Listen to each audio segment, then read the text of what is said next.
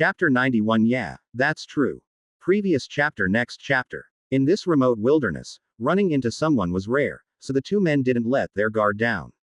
They kept a close eye on Ethan, quietly analyzing where he might have come from. Seeing that he was alone, they figured he probably wasn't part of the Black Hand Legion. That group of psychos usually moved in packs. Besides, this guy looked clean and well dressed, almost too put together for someone out here. He gave off the vibe of a big shot executive or maybe a spoiled rich kid. Probably a survivor from the Villa district, and he's got a stash of supplies, one of them guessed.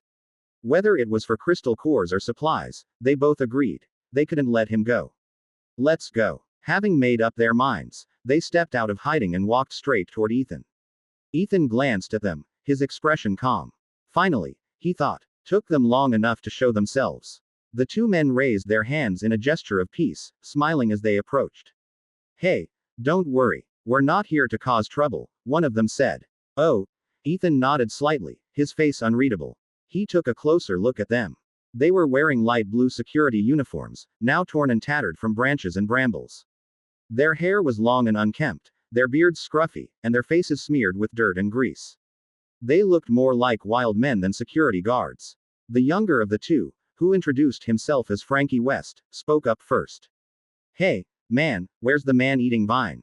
I have no idea, Ethan replied, shaking his head, feigning confusion. The two men exchanged a glance. Their suspicions were confirmed. Ethan must have come here after hearing the commotion, just like they had. That put them a little more at ease. Frankie's small, shifty eyes began scanning Ethan up and down, sizing him up. So, did you pick up anything? No, Ethan said flatly. The other man, meanwhile, was scanning the ground, his eyes darting around the withered vines and rotting roots. But there was no sign of the super crystal core they'd been hoping for. Could it really not be here? He muttered under his breath. Frankie, however, wasn't so easily convinced. He was sharp enough to know that no one in their right mind would admit to finding something valuable out here, not to strangers, anyway. All right, fine, Frankie said with a casual shrug, though his tone hinted at disbelief. He quickly changed the subject. So, bro, this forest is dangerous as hell. Where've you been hiding out these past couple of weeks? I haven't been hiding, Ethan replied honestly. Frankie's eyes narrowed slightly. He'd asked the question to probe for information. Maybe Ethan had a secret base, somewhere, stocked with supplies. But Ethan wasn't giving anything away. Frankie tried a different approach. Look, it's the end of the world. The more people we have, the better our chances of survival. We should stick together. You should join us. You guys. There are more of you? Ethan asked, his tone casual but probing. Yeah, Frankie replied. Before he could elaborate, the other man chimed in, nodding. We used to have over 20 people in our security team. But now, more than half are dead. There's only. He trailed off, his voice faltering. It seemed like whatever he was about to say was hard to put into words. But Ethan didn't need him to finish. He could already guess. Back at the Villa district, the only people besides the security guards were the wealthy, billionaires, trust fund kids, and celebrities. But now, in this post-apocalyptic world, money and fame meant nothing. Everyone had been dragged down to the same starting line. Equality, in the harshest sense of the word. Survival was the only currency now, and strength was the only thing that mattered. Ethan could imagine what had happened. The guards, who had once been ordered around, scolded, or outright humiliated by the rich, now held the power. Some of them probably harbored deep resentment toward their former employers, envy, hatred, and bitterness that had been simmering for years. Now that the tables had turned, it wasn't hard to guess what they might have done. Those wealthy elites were likely being tormented, maybe even worse. This was the ugly side of human nature. Ethan had seen it too many times before. Frankie said, our captain is an awakener who can condense crystal cores. He's really strong and treats people well. It's thanks to his protection that we've survived this long. The meaning behind his words was clear. He was warning Ethan not to get any funny ideas. They had a powerful awakener backing them up. But Ethan raised an eyebrow and asked, then, didn't you still lose more than 10 people? Well, Frankie opened his mouth to respond but found himself at a loss for words. His companion quickly jumped in to smooth things over. Anyway, you should join us. The captain will definitely protect you too. Oh, sure, Ethan said casually. I wouldn't mind checking out your place first. Okay. No problem. If you don't like it, you can leave anytime, Frankie replied with a sly smile tugging at the corner of his lips. With that, Ethan followed the two men into the dense forest, his pace unhurried. Of course, everyone had their own agenda. Frankie's thoughts were spinning. This guy's clothes are way too clean. He must have a stash of supplies somewhere, maybe even a small private shelter. Some rich kids, bored before the apocalypse, had built survival bunkers for fun.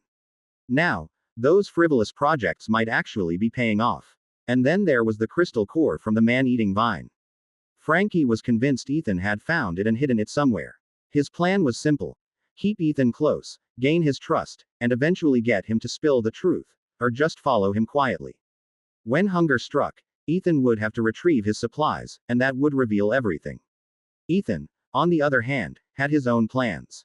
He'd originally come to deal with the vine infestation, but on the way back, he didn't mind grabbing a few snacks, maybe some wild fruit. As they walked, Frankie kept the conversation going, smiling as he said, "You know, this forest isn't actually short on food. But food isn't the key to surviving the apocalypse. Those monsters are evolving, so strength is what really matters. Don't you agree?" "Yeah, that's true," Ethan replied, not denying it. But he caught the underlying message. Frankie was subtly suggesting that hoarding food was pointless. Without strength, anyone would eventually get eaten by monsters. Better to share supplies with the group, work together, and grow stronger by hunting monsters. It was a classic attempt at manipulation, planting ideas, nudging Ethan toward their way of thinking. A bit of psychological pressure, almost like PUA tactics. Unfortunately for Frankie, he'd picked the wrong target. After about 20 minutes of walking, signs of human activity began to appear. Ethan noticed a wire snare set under a tree, clearly meant to catch rabbits. Similar small traps were scattered around the area. Soon, a small dirt mound came into view. This was Frankie's group's hideout. Ethan quietly extended his senses. Inside, he detected the presence of over 10 people, half of whom were awakeners. "We're here. Let's head in," Frankie said. At first glance, the dirt mound looked completely overgrown with weeds, with no visible entrance. Frankie stepped forward and called out, "Johnny, we're back." "Password," came a muffled voice from inside. "The eagle flies at midnight." Frankie replied without hesitation. A rumbling sound followed, and the dirt in front of them began to split apart, sliding to the sides. Within moments, a rectangular opening appeared, about 7 feet tall, wide, and deep. It was the work of an Earth-type awakener. The tunnel wasn't dark, either. Flickering firelight illuminated the interior, driving away the damp shadows. Not bad, Ethan thought to himself, impressed. The place was well hidden. Even someone like him, with his sharp senses, would have had a hard time finding it without knowing where to look. Chapter 92 Torment. Previous chapter. Next chapter. Frankie was the first to step inside. The person who came out to greet them was a burly middle-aged man, shirtless and powerfully built. It was none other than Johnny, the Earth Element Awakener. "Frankie, what's the situation outside?" Johnny asked urgently. "The man-eating vines are gone. Completely dead. I saw it with my own eyes," Frankie said, his face lighting up with joy. This was undeniably good news for them. It would make hunting and scavenging for supplies much easier. "That's amazing," Johnny exclaimed, equally thrilled. They had all dreaded those vines like the plague. Many of their comrades had fallen victim to them. Now that they were gone, it felt like a massive weight had been lifted off their shoulders. But Johnny's attention soon shifted to Ethan. His gaze swept over him, cautious and probing. "Who's this guy? We ran into him while scouting outside," Frankie began, recounting the events in detail. As he finished, he gave Johnny a subtle look. "Oh," Johnny said, immediately catching on. "All right, let's head inside and share the good news with the captain." The group moved deeper into the cave. Johnny turned back and used his earth element powers to seal the entrance behind them. The light dimmed instantly, leaving only the flickering flames of torches on the walls. Their glow danced across the group's faces, casting shifting shadows. As Ethan followed them further in, he realized the entire hill had been hollowed out. The deeper they went, the more spacious it became. Before long, they arrived at what could only be described as the heart of the hill, a large hall.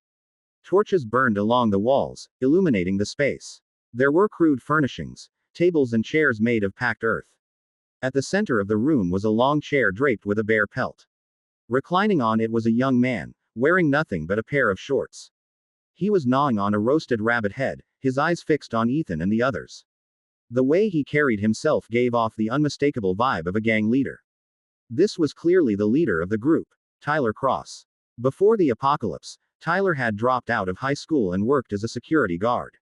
While others wasted decades figuring out life, Tyler had already gained 5 or 6 years of experience by his early 20s. Now, he was the captain of this ragtag crew. Captain, we're back. Frankie stepped forward, his face plastered with a sycophantic smile. Yeah, what's it like out there? Tyler asked, his tone casual but commanding. Frankie repeated the story in full, not daring to leave out a single detail. When Tyler heard that the man-eating vines had withered away, he was visibly pleased. His mind began to churn with possibilities. Perhaps it was time to expand their operations, to grow his crew and strengthen their hold on the area. His gaze shifted to Ethan, sizing him up. But instead of being hostile, Tyler broke into a grin and said, "Welcome to our little home." "Oh, thanks," Ethan replied, his tone sincere. He meant it, too. After all, he was genuinely grateful for the hospitality, however rough it might be. As Ethan glanced around, he noticed that Tyler wasn't the only one in the hall. A few other members of the security team were scattered about.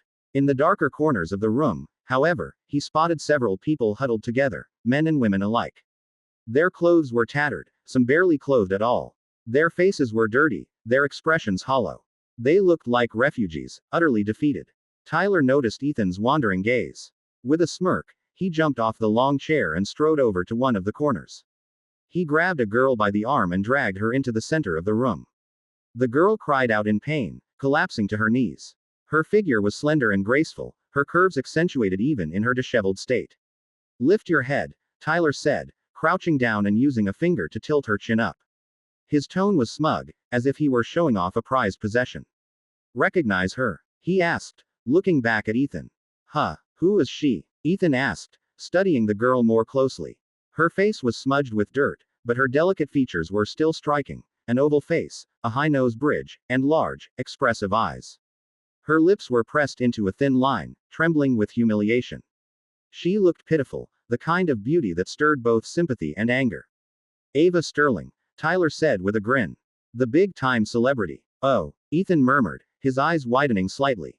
He wasn't much of a pop culture guy, but even he had heard of Ava Sterling. She was a household name, a top-tier actress.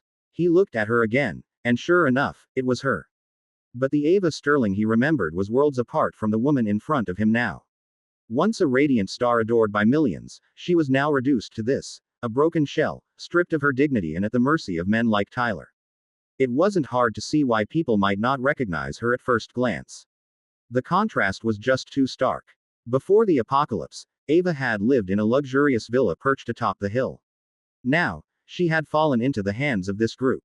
"Come on, superstar, sing us a song. Lighten the mood for the boys," Tyler said with a mocking grin.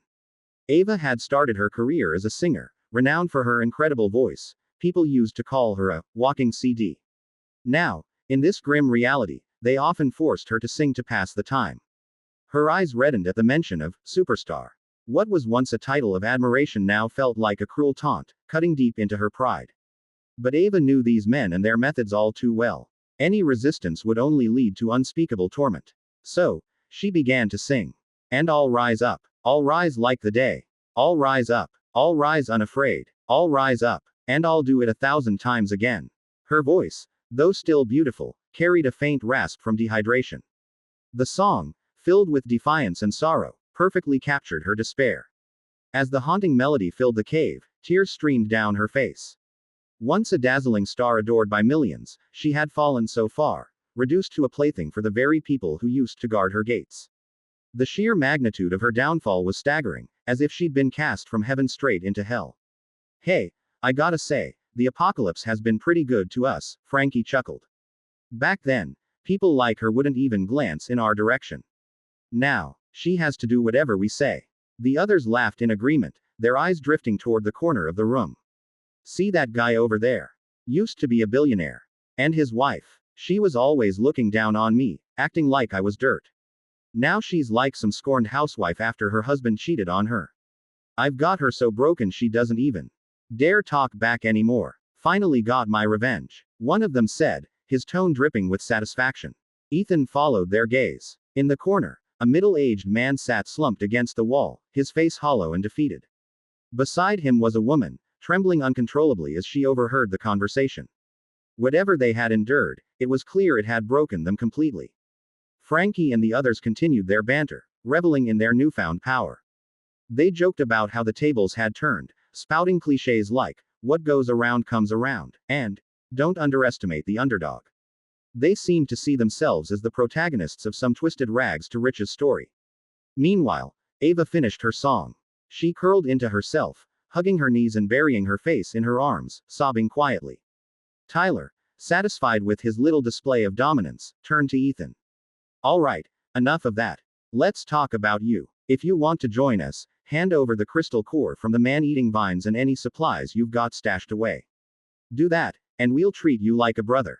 If not," he gestured toward the huddled figures in the corner. "Well, you can guess what happens.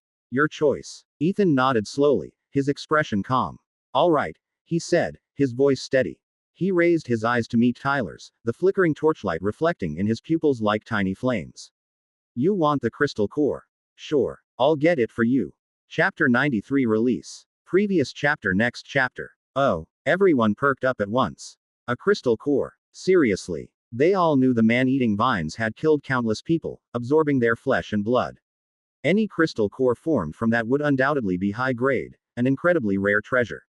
"You said earlier there wasn't a crystal core. Hurry up and hand it over." Johnny, who was always impatient, barked loudly. Ethan glanced at him calmly. "Come here, and I'll show it to you." "Fine." Without a second thought, Johnny strode over. Little did he know, he was walking straight into death's embrace. Frankie and the others nearby stared intently, their curiosity piqued. They wanted to see what the crystal core of a man-eating vine looked like. At the same time, they couldn't help but mutter to themselves. "He said outside there wasn't a crystal core, but now there is. Guess I'm not intimidating enough. Captain's the one who really scares him into submission." "Where's the crystal core?" Johnny asked as he stopped in front of Ethan, standing less than 6 feet away. The next moment, Ethan raised his slender hand and, without warning, reached forward, straight into Johnny's skull. With a casual motion, he grabbed something and pulled it out. A dull, earthy brown crystal core glistened in his hand. "Here. Isn't this what you wanted?" Ethan said nonchalantly. His movements had been swift, but more importantly, no one had expected him to pull something like this. Hiss. Everyone instinctively sucked in a sharp breath, their mouths agape as they realized something was wrong. They watched in stunned silence as Johnny's massive body crumpled to the ground like a puppet with its strings cut. You. One of Johnny's companions stared in shock, his eyes wide with disbelief. He opened his mouth to say something, but before he could finish, Ethan swung his hand.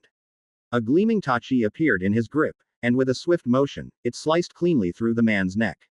Squelch. His head flew off, and whatever he was about to say died with him. "What the hell? This bastard's ambushing us. Kill him. Now. He's playing us for fools." The remaining men erupted in fury, shouting as they charged at Ethan. But Ethan remained calm, unmoving like a statue. Then, in an instant, he sprang into action, swift and deadly. Once he began his slaughter, he left no room for escape. His eyes glowed with a faint red light, and suddenly, a terrifying domain of the dead descended upon the area. The first 2 men who rushed at him froze in place, as if paralyzed. Their angry expressions twisted into ones of sheer terror and horror. Ethan's tachi swept across in a horizontal slash, effortlessly taking both their heads in one fluid motion. Holy crap, he's insane. Frankie was utterly shaken. Watching Ethan kill was like watching someone butcher livestock. Quick, efficient, and disturbingly practiced. It was clear this wasn't his first time. He wasn't just some ordinary survivor. What the hell have I brought here? A chill ran down Frankie's spine as fear took root in his heart. He quickly retreated, moving to hide behind Tyler. In his mind, Tyler, their captain, was the strongest person around. Captain, what do we do?" Frankie stammered, his voice trembling. "This guy's dangerous," Tyler said, his tone grim. As an awakener who had condensed his own crystal core, Tyler could sense the overwhelming threat Ethan posed. "What?" Frankie's eyes widened in disbelief. Even the captain thought so. The scene in the cavern was utter chaos. Members of the security team were falling one after another. Heads flew, blood sprayed into the air, and a crimson mist hung over the battlefield, illuminated by the flickering firelight, giving everything an eerie, hellish glow. For these low-level awakeners, Ethan was an unstoppable force. They couldn't even last a single exchange against him. In the blink of an eye, nearly all of them had been slaughtered. Drawn by the commotion, Ava and the others looked up, their faces filled with disbelief. In the corner, the wealthy man's wife's eyes lit up with renewed hope. Honey, look, someone's killing those bastards. Are we finally getting rescued? Yeah, I hope he's from a shelter, here to save us, the wealthy man murmured, silently praying for salvation. Regardless of who it was, seeing the security team being slaughtered filled them with a twisted sense of satisfaction. Meanwhile, Tyler clenched his jaw tightly. Watching his men get wiped out one by one, he could feel the overwhelming danger emanating from Ethan. But there was no way out now. Retreat wasn't an option. Whether he wanted to or not, he had to fight. Heat began radiating from Tyler's body as flames erupted around him, engulfing him in a fiery aura. It was clear he was a B+ rank fire awakener. His attack was straightforward but powerful. With his body wrapped in flames, Tyler leapt into the air, raising his fist. The fiery punch roared through the air, creating a series of sonic booms as it hurtled toward Ethan. To an ordinary person, it would have looked incredibly fast and devastating.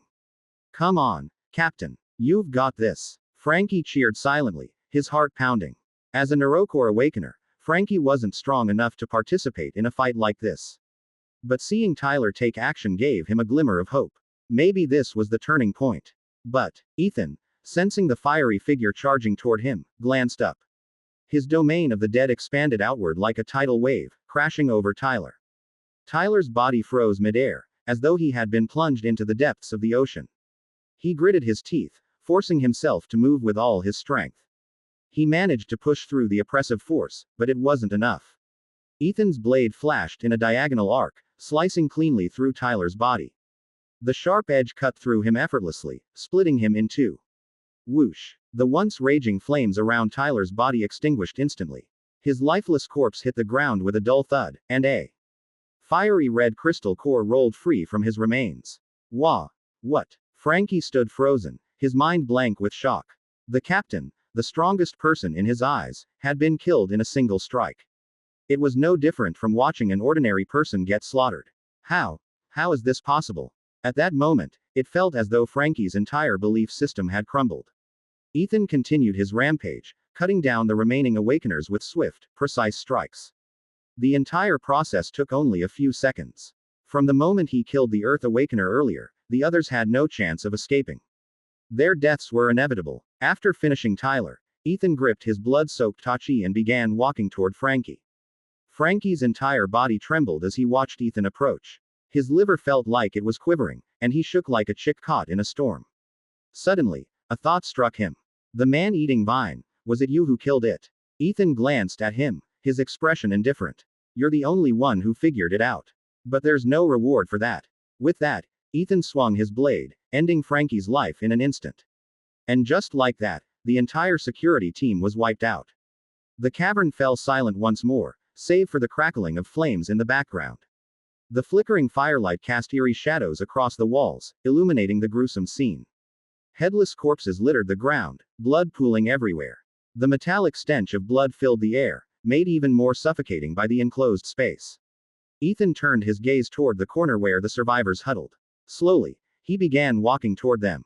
Good riddance. Those bastards deserved to die.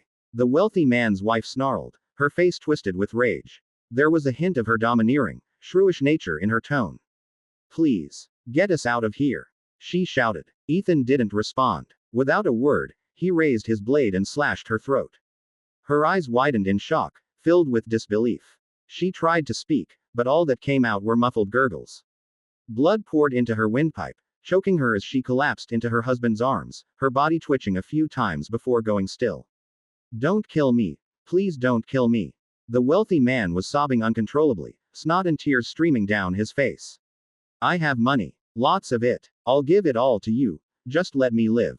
Ethan glanced at him, his expression cold and detached. Look at you. Rambling nonsense. In this post-apocalyptic world, money was no different from scraps of paper.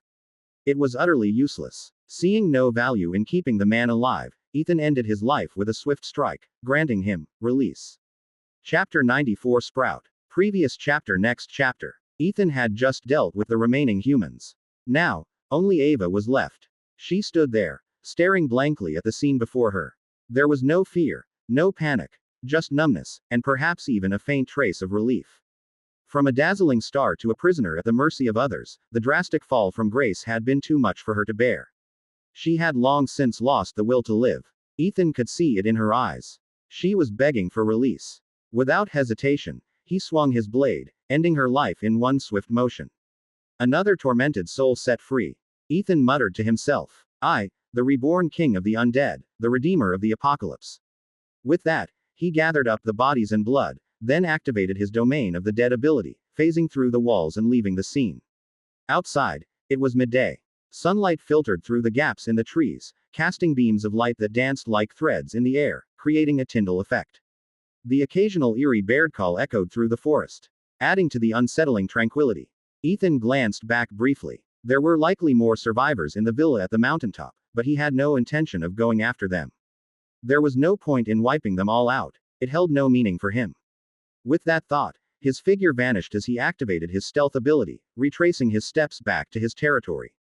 About 20 minutes later, Ethan emerged from the forest. Waiting for him at the perimeter were Laura and Bulldozer, along with a group of elite subordinates. They had been standing there respectfully, having noticed earlier that the dense ivy covering the area had withered away. "The boss is back. Looks like he took care of that little weed," Laura remarked. "Of course. The boss never fails," Bulldozer replied with admiration.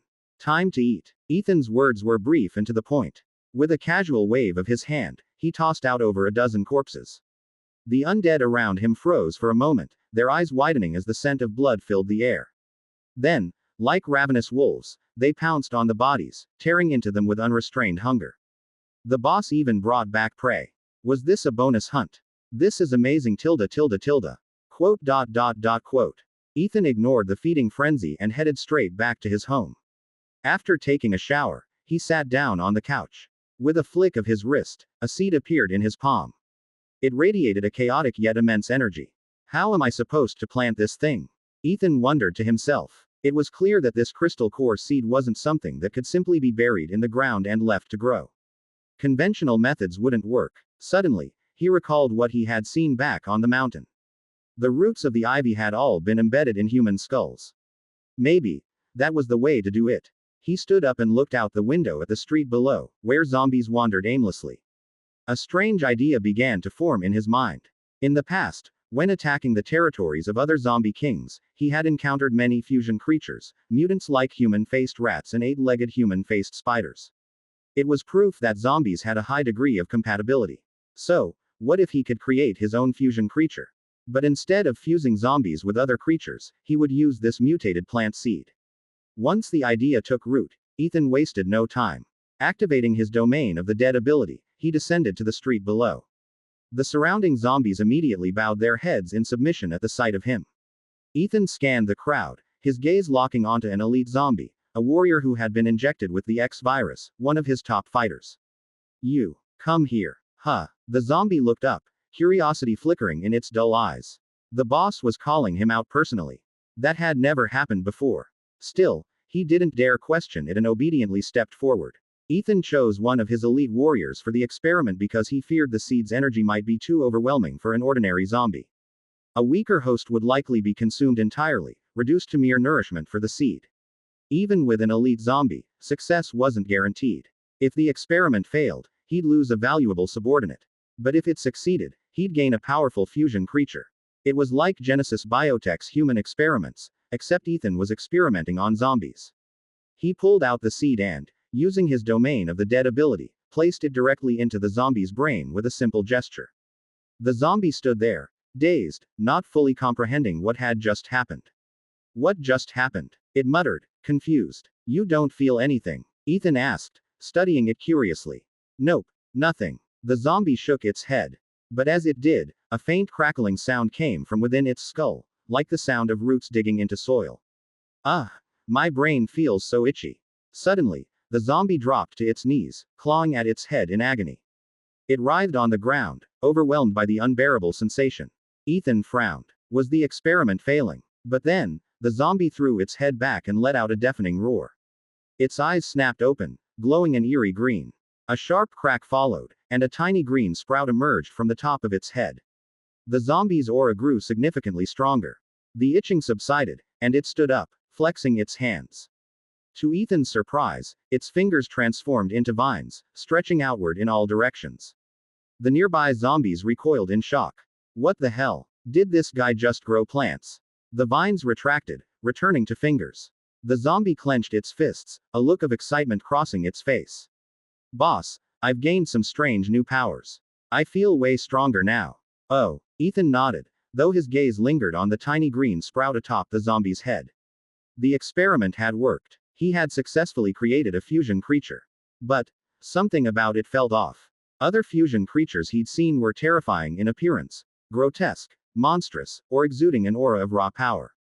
His creation, on the other hand, had a single blade of grass growing out of its head. It looked kind of ridiculous. Enjoy exclusive adventures from Empire. Well, I guess it works, Ethan muttered to himself. Sometimes, you just have to embrace the green. He accepted the outcome. After all, the zombie's strength had indeed increased significantly, and its potential seemed limitless. With enough blood and flesh, it might even achieve the endless growth ability of the legendary Greenman. Thus, the zombie became Ethan's fifth top lieutenant. He gave it a fitting name: Sprout. Nightfall. The sky was overcast, and a cool breeze swept through the air. Before long, a light rain began to fall, the rhythmic pitter-patter of droplets echoing outside the window. But even the rain couldn't dampen the chaos of the apocalypse. Beneath the darkened sky, the sounds of frenzied roars and violent clashes continued to ring out. Ethan, however, was perfectly content staying home. He lounged on his couch, scrolling through his phone and gathering intel. Lately, he'd been keeping a close eye on Genesis Biotech, hoping to get his hands on the elusive Y virus. Logging into Genesis Biotech's official website, he noticed a few new announcements. Our research has successfully developed a soil-free cultivation technique. Crops can now grow in nutrient solutions, maturing faster and potentially alleviating food shortages. Exciting news. An A-rank awakener from our headquarters will soon arrive to protect the safety of survivors. Quote. At first glance, the announcements seemed mundane, just the usual corporate self-promotion, hyping up their achievements to boost public trust. But Ethan couldn't help but wonder. An A-rank awakener. Could they be bringing the Y virus along with them? Chapter 95: The Undying. Previous chapter. Next chapter. An A-rank awakener was definitely considered a powerhouse at this stage. Under the announcement on the Genesis Biotech website, the comment section was buzzing with activity. Wow, an A-rank awakener. That's gotta put them in the top 10 in our shelter, right? Most zombie kings are only at B+ rank right now. A rank is seriously strong. Genesis Biotech is amazing. Food, strong fighters. Makes me wanna head over there for shelter. Careful, though, they might use you for experiments or feed you to the zombies. Do you think an A-rank awakener could change the balance of power in Los Angeles? Let's wait and see. Quote. Ethan closed his phone, no longer interested in reading the comments. It wouldn't be long before he crossed paths with that A-rank awakener. At the same time, he was already preparing himself to consume an A-rank crystal core. The light rain had been falling for days, leaving the apocalyptic city damp and gloomy. But today, the rain finally stopped. The air, freshly washed by the rain, smelled cleaner, and insects were crawling happily through the muddy ground. At the edge of the ruined city, the sound of helicopter blades broke through the silence. A chopper slowly descended from the sky. A Genesis Biotech Awakener squad, accompanied by a few armed personnel, was waiting below to receive it. This time, they'd learned their lesson. Instead of flying directly over the city, where humans were vulnerable to attacks, they landed on the outskirts. The helicopter touched down smoothly, and the roar of the blades gradually faded. A tall young man stepped out of the helicopter, dressed in a sleek nano-combat suit. He had blonde hair, piercing blue eyes, and a sharp nose, clearly a foreigner. This was Donovan Reed, an A-rank awakener sent from Genesis Biotech's headquarters. He was tasked with escorting the Y virus. In his left hand, he carried a sleek, silver alloy case. Welcome, Mr. Donovan, said the captain of the welcoming squad as he stepped forward to shake Donovan's hand. Donovan gave a curt nod. Let's go. Of course. I've mapped out the safest route into the city. Minimal zombie activity, the captain, Kai Morgan, replied. Kai was a speed-enhanced awakener. But Donovan didn't seem concerned. Doesn't matter if there are zombies. We'll just kill them. Sure, Kai muttered, feeling that this guy was a bit full of himself. Experience new stories on Empire. Mr. Donovan, you might not be familiar with the situation in Los Angeles. It's better to stay cautious, Kai advised. There's nothing I don't understand, Donovan replied confidently. The city I used to live in had a population of 20 million. It was densely packed, and there were plenty of powerful zombie kings. No one knows zombies better than I do. Damn, that's impressive. Several squad members couldn't help but admire him. This guy had clearly seen some serious action. Have you ever faced a phantom infected? A curious girl in the group asked. Of course. I've taken down more than one. I've got plenty of experience dealing with them, Donovan said casually. Kai and the others nodded, feeling that this guy was definitely something else.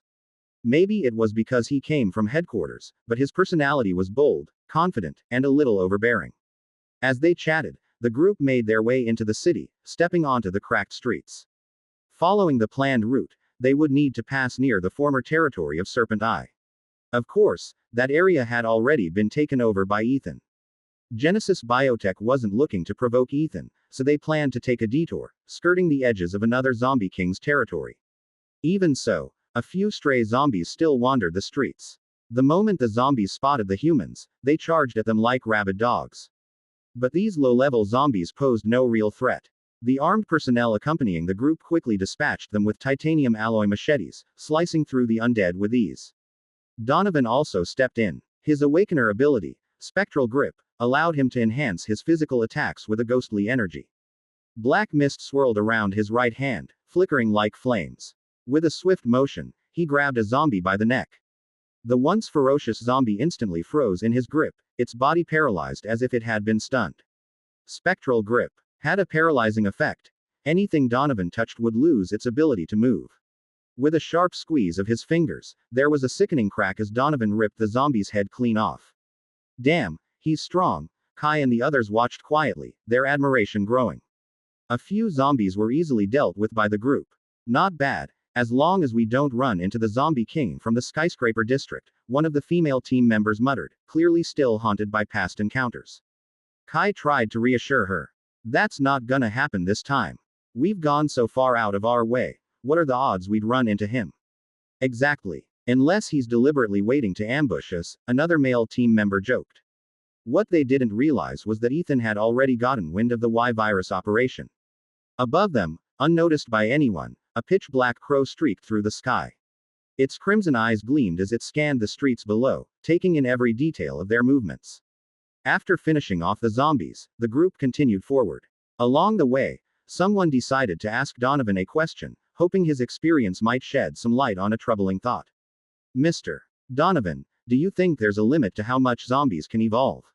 Like, is there a point where they just stop getting stronger? I think there is, Donovan replied after a moment of thought. Every species has its limits. Oh, that's a relief. Kai exhaled, feeling slightly reassured. If zombies could evolve endlessly, the thought was too horrifying to bear. But Donovan wasn't done. He added, that said, if zombies ever reach their peak, they'd likely dominate the entire world. They'd become gods of this planet. With your current strength, though, you don't need to worry about that. Okay. Kai nodded awkwardly, though Donovan's words left him feeling uneasy. The situation for humanity still seemed incredibly dire. Donovan continued, his tone serious. And for those zombie kings who've evolved to possess extraordinary intelligence, calling them zombies doesn't really do them justice anymore. I prefer to call them the Undying. A collective shiver ran through the group. The Undying. The name alone sent chills down their spines. It sounded ominous, like something far beyond their ability to handle. Just then, Kai noticed something strange. The area around them had grown eerily quiet. The street ahead was empty. No zombies, just piles of trash and abandoned vehicles. The crumbling buildings on either side were overgrown with vibrant green vines, which stretched across the streetlights and even climbed over the wrecked cars. This is weird. It's way too quiet here, Kai muttered, a sense of unease creeping into his chest. One of the team members shrugged. No zombies. That's a good thing. Less trouble for us. With that, they continued forward. Donovan didn't seem concerned either. As a physical enhancement awakener, his abilities were formidable, but his sensory perception was limited. He didn't notice anything unusual. The group soon found themselves surrounded by the vines. A gentle breeze swept through the area, causing the dense foliage to sway in unison. But beneath the surface, the vines began to stir, moving ever so slightly. Unnoticed, they slithered toward the two-armed personnel at the back of the group. Silent and deliberate, the vines coiled around their ankles. Within moments, they were trapped. Chapter 96 Spectral Grip. Previous chapter. Next chapter. The two armed men took a step forward, but suddenly felt a tight grip around their ankles, as if something had latched onto them. Huh, what the hell? They looked down and saw green vines coiled tightly around their legs. Before they could react, a tremendous force yanked them backward. The vines snapped taut like a striking serpent, hoisting the two men upside down into the air. Help! Somebody help! What the hell is this thing? Dangling headfirst, they thrashed and struggled, but it was no use. Around them, more vines rose like striking cobras, shooting toward them with terrifying speed. Thwack! The vines pierced their bodies, burrowing deep like straws. A sickening sound followed as the vines began to suck, draining their blood. Their bodies visibly shriveled, skin tightening over bones, as they were reduced to little more than husks, on the verge of becoming dried-out corpses. Kai and the others, hearing the commotion, spun around just in time to witness the horrifying scene. The vines, now swollen and crimson from the blood they had absorbed, writhed in the air like blood-soaked serpents, holding the two lifeless bodies aloft in a grotesque dance. What the hell is that thing? Even Donovan, who had seen his fair share of horrors, was visibly shaken by the bizarre sight. The vines, as if awakened by the bloodshed, began slithering across the ground, rustling as they surged toward the group.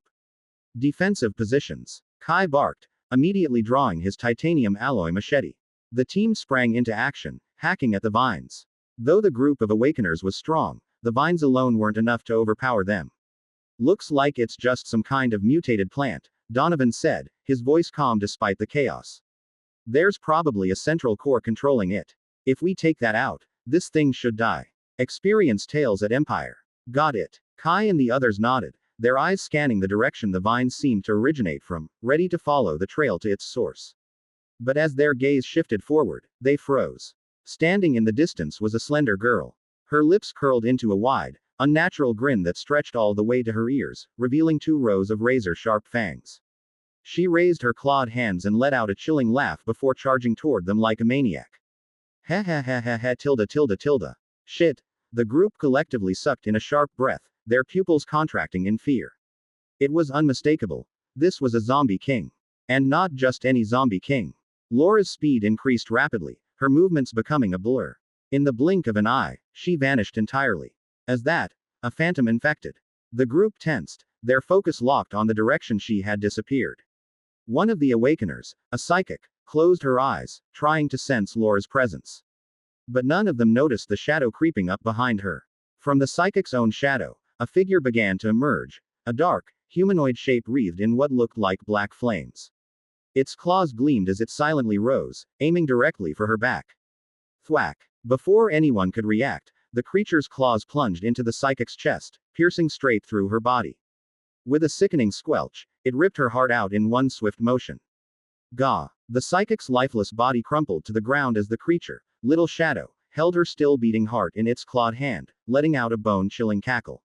Kahahehehehe. Kai turned just in time to see the horrifying scene, his face pale with shock. When did this thing get here? He thought. Another phantom infected. You bastard! He roared, fury overtaking him. Gripping his machete tightly, he charged forward, his speed-enhanced abilities propelling him like a bullet. But Little Shadow, having already claimed its kill, had no intention of sticking around. It darted backward with incredible speed, retreating into the darkness. Kai was about to give chase when, ag, 2 blood-curdling screams rang out behind him, followed by the wet, sickening sound of flesh being torn apart. He spun around, heart pounding. Laura's gaunt figure had reappeared, standing over 2 armed men. Her claws, sharp as adamantium blades, had already slashed through their throats. One of the team members nearby saw what was happening and rushed over to help. But just as he ignited a fiery aura around himself, a sharp pain stabbed through his brain. He almost blacked out, and the heat around him instantly dissipated. From the shadows near the alley wall, PhD's sinister face emerged, quietly observing the group with a creepy smirk. Damn it. A bunch of sneaky bastards. Kai cursed silently to himself. At that moment, vines whipped through the air as Little Shadow and Laura launched a pincer attack. From the side, PhD occasionally struck with sneak attacks. In just a brief exchange, they had already taken down several armed personnel and even a psychic awakener. Mr. Donovan, what do we do now? Someone asked, panic creeping into their voice. Just a few B-plus grade zombies, Donovan replied calmly. Their abilities are a little strange, sure, but they haven't broken into A-grade territory. Stay steady, don't panic, and be cautious. We can beat them. Trust me. Nobody knows zombies better than I do. With that, Donovan used his spectral grip to snap a few of the vines in half. Oh, Kai and the others felt a little reassured. But that relief didn't last long. Looking up, they noticed something off. On top of a distant building stood a tall figure, with several crows circling behind him. A white shirt, black crows. The unmistakable signature of a zombie king. Holy shit. Kai and the others cursed internally. They recognized him immediately. Their legs started trembling. Just moments ago, they'd been praying they wouldn't run into him, and now, here he was. Mr. Donovan, I think we should run. Kai blurted out. Run. Are you crazy? Turning your back on a zombie is the most dangerous thing you can do, Donovan replied, frowning. But at least if we die, we'll leave behind a whole corpse. Kai shot back, clearly not eager to face Ethan. Donovan glanced at him, puzzled by his sudden fear. Relax. Just follow my lead. Nobody. No. You don't understand that zombie. Kai interrupted before Donovan could finish. Because in that moment, as he glanced back up at the building, the figure was gone. He's here. Ethan had arrived. Of course, Ethan wasn't here for a fight. He was just here to pick up a package. Since this wasn't his territory, he hadn't brought his full crew. He'd only brought Little Shadow, Laura, PhD, and Sprout, leaving even Bulldozer back home to guard the base. Kai immediately sensed something was wrong. He pulled a few teammates aside, subtly distancing himself from Donovan. His plan: let Donovan deal with the most terrifying zombie king while he looked for a chance to escape. But before he could act, Laura appeared right in front of him. Her face twisted into a chilling smile, her eyes brimming with bloodlust. Kai gritted his teeth, gripping his titanium machete tightly as he lunged forward.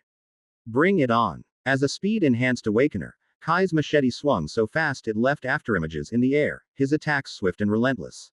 Laura, also known for her speed, immediately countered with her razor-sharp claws. The clash of their weapons rang out like steel striking steel, sparks flying as the titanium machete met her claws again and again.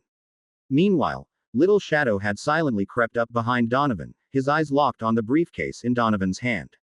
He remembered Ethan's instructions clearly. The main goal was to retrieve that briefcase. Carefully, Little Shadow extended a claw, reaching for the case. But Donovan was sharp. He'd been keeping an eye on the briefcase the whole time. In a flash, his right hand shot out, grabbing Little Shadow's wrist. Gotcha. Donovan grinned, activating spectral grip. Black mist swirled around his hand. Little Shadow froze, his body overwhelmed by an icy chill, as if a ghostly hand had seized him. He couldn't move a muscle. Even his shadowy form dissolved, revealing his true body, charred black like burnt coal.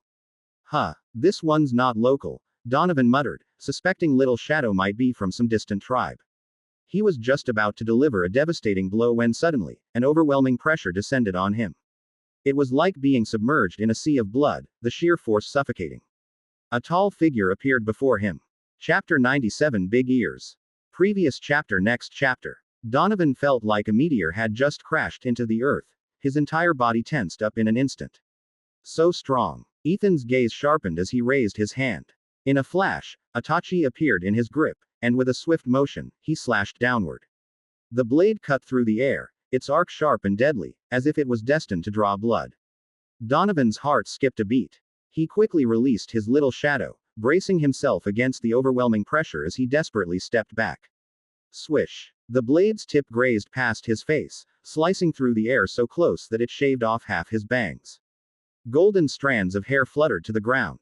Absolute domain. This was absolute domain. Donovan's shock deepened as he realized what was happening. He hadn't expected to encounter a zombie king who had awakened absolute domain the moment he arrived here. Back in the metropolis he used to live in, a city with a population of over 20 million. Zombie kings who had evolved absolute domain were exceedingly rare. But they all had one thing in common. They were infamous.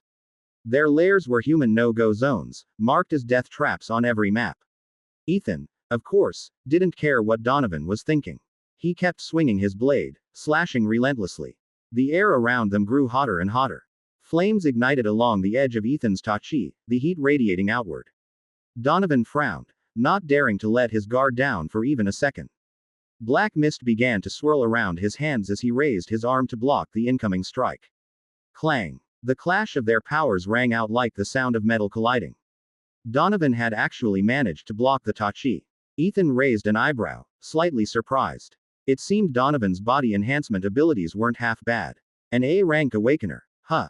He had some skill. But that was about it. Ethan pressed forward, his blade slashing down again and again. Even though Donovan was trapped within the domain of the dead, his A-rank physique allowed him to move, barely. But the cost was immense. His energy was draining rapidly, his strength ebbing away with every passing second. This isn't going to work, Donovan thought to himself, his mind racing. He prayed that this zombie king's evolution wasn't too advanced. If that were the case, he might still have a chance to escape. Besides, from what he could tell so far, the attacks were straightforward. Powerful, yes, but not particularly complex. From a distance, Kai and the others, who were locked in their own battles, noticed the intense fight between Donovan and Ethan. He's really going toe-to-toe with him, one of them muttered, watching the fierce exchange. And it's intense, another added. Donovan, sir, what's the plan now? Kai called out. In my experience, now's the time to run, Donovan replied, retreating step by step as he fought. Kai and the others were speechless. It seemed Donovan really did have a lot of experience dealing with Phantom. Infected. Though not in the way they'd hoped. Ethan's tachi hummed with power, the blade vibrating as it clashed repeatedly with Donovan's spectral grip, a shadowy phantom arm that Donovan had summoned to defend himself. But no matter how fierce Ethan's strikes were, the tachi couldn't cut through the spectral arm. Clearly, this level of weapon wasn't suited for a battle of this intensity. Should have asked Mia if this thing came with a warranty, Ethan muttered to himself. After a moment's thought, he decided it wasn't worth it. With a casual flick of his wrist, he dismissed the tachi, storing it back in his spatial ring. Now, he stood unarmed, his hands empty. Huh. Donovan blinked in confusion. Mid-fight, Ethan had just put his weapon away. What was going on? Was he giving Donovan an opening? Donovan hesitated, his mind racing. He extended his spectral arm, aiming to grab Ethan. But Ethan's eyes flashed red. The domain of the dead expanded to its absolute limit, and he clenched his fist, punching forward with devastating force. Boom. The sheer power of the strike exploded like a cannon blast. Donovan's spectral arm shattered instantly, the phantom energy dissipating in a flash. His real arm twisted unnaturally, the bones cracking audibly as it bent into a grotesque angle.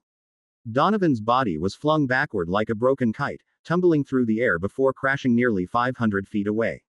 The pain was suffocating, so intense that he almost blacked out on the spot. Ah!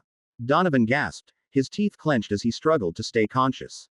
He lay on the ground, his vision swimming, and looked up. Ethan was walking toward him, step by step. The domain of the dead, now fully unleashed, was wreaking havoc on the surroundings.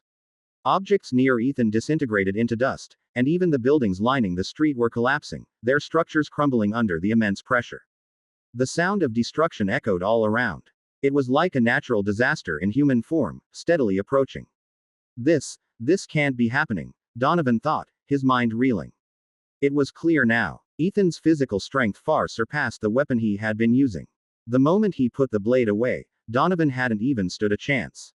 Then why were you using a weapon to fight me earlier? Donovan asked, his voice trembling with both pain and frustration. Ethan replied casually, as if it were the most natural thing in the world. Oh, nothing much. I just didn't want to get my hands dirty killing you. You. Donovan's teeth clenched so hard that blood seeped from his gums. In that moment, he fully understood. This zombie king wasn't just strong. His evolution was on another level, his physique far surpassing Donovan's. This wasn't just an S-rank opponent, Ethan was leagues beyond any zombie king Donovan had ever encountered or even heard of.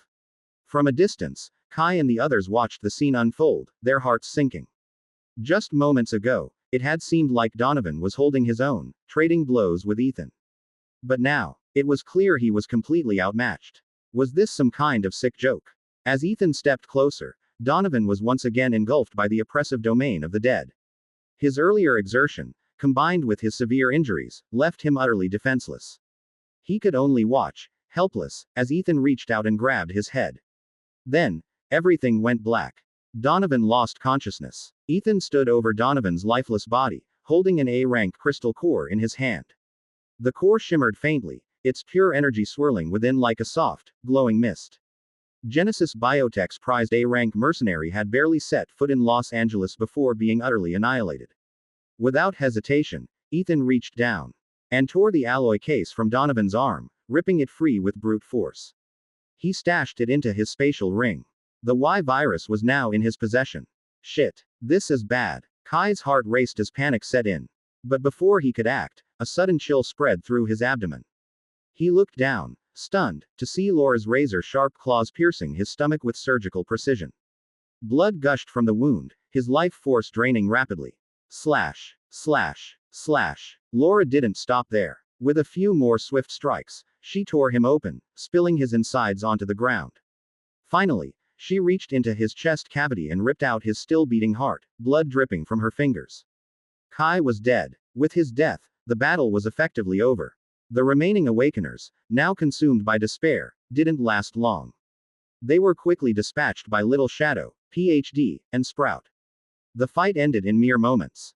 The street was left in ruins, littered with the wreckage of collapsed buildings and the bloodied corpses of the fallen.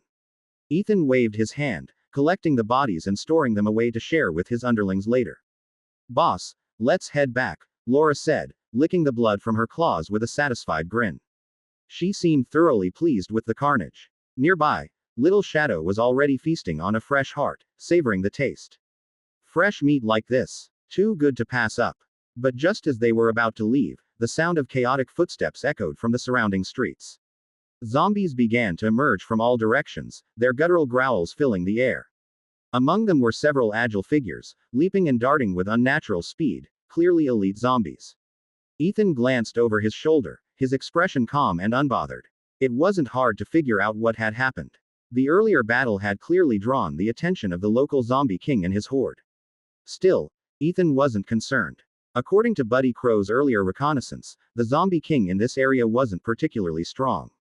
Genesis Biotech had classified this territory as a 2-star zombie nest, far weaker than the red-faced zombie king Ethan had dealt with before. As the zombies closed in, they didn't immediately attack. Instead, they surrounded Ethan's group, snarling and growling as they formed a loose perimeter. Laura and Little Shadow exchanged glances, their expressions calm and unbothered. This was nothing more than a minor inconvenience. Before long, a figure emerged from the horde, pushing his way to the front. The zombie king wasn't particularly tall, short and stocky, with a stout build. His most noticeable feature was his oversized ears, which stuck out comically from his head. This was Big Ears, a B+ rank zombie king with the awakened ability hyperhearing.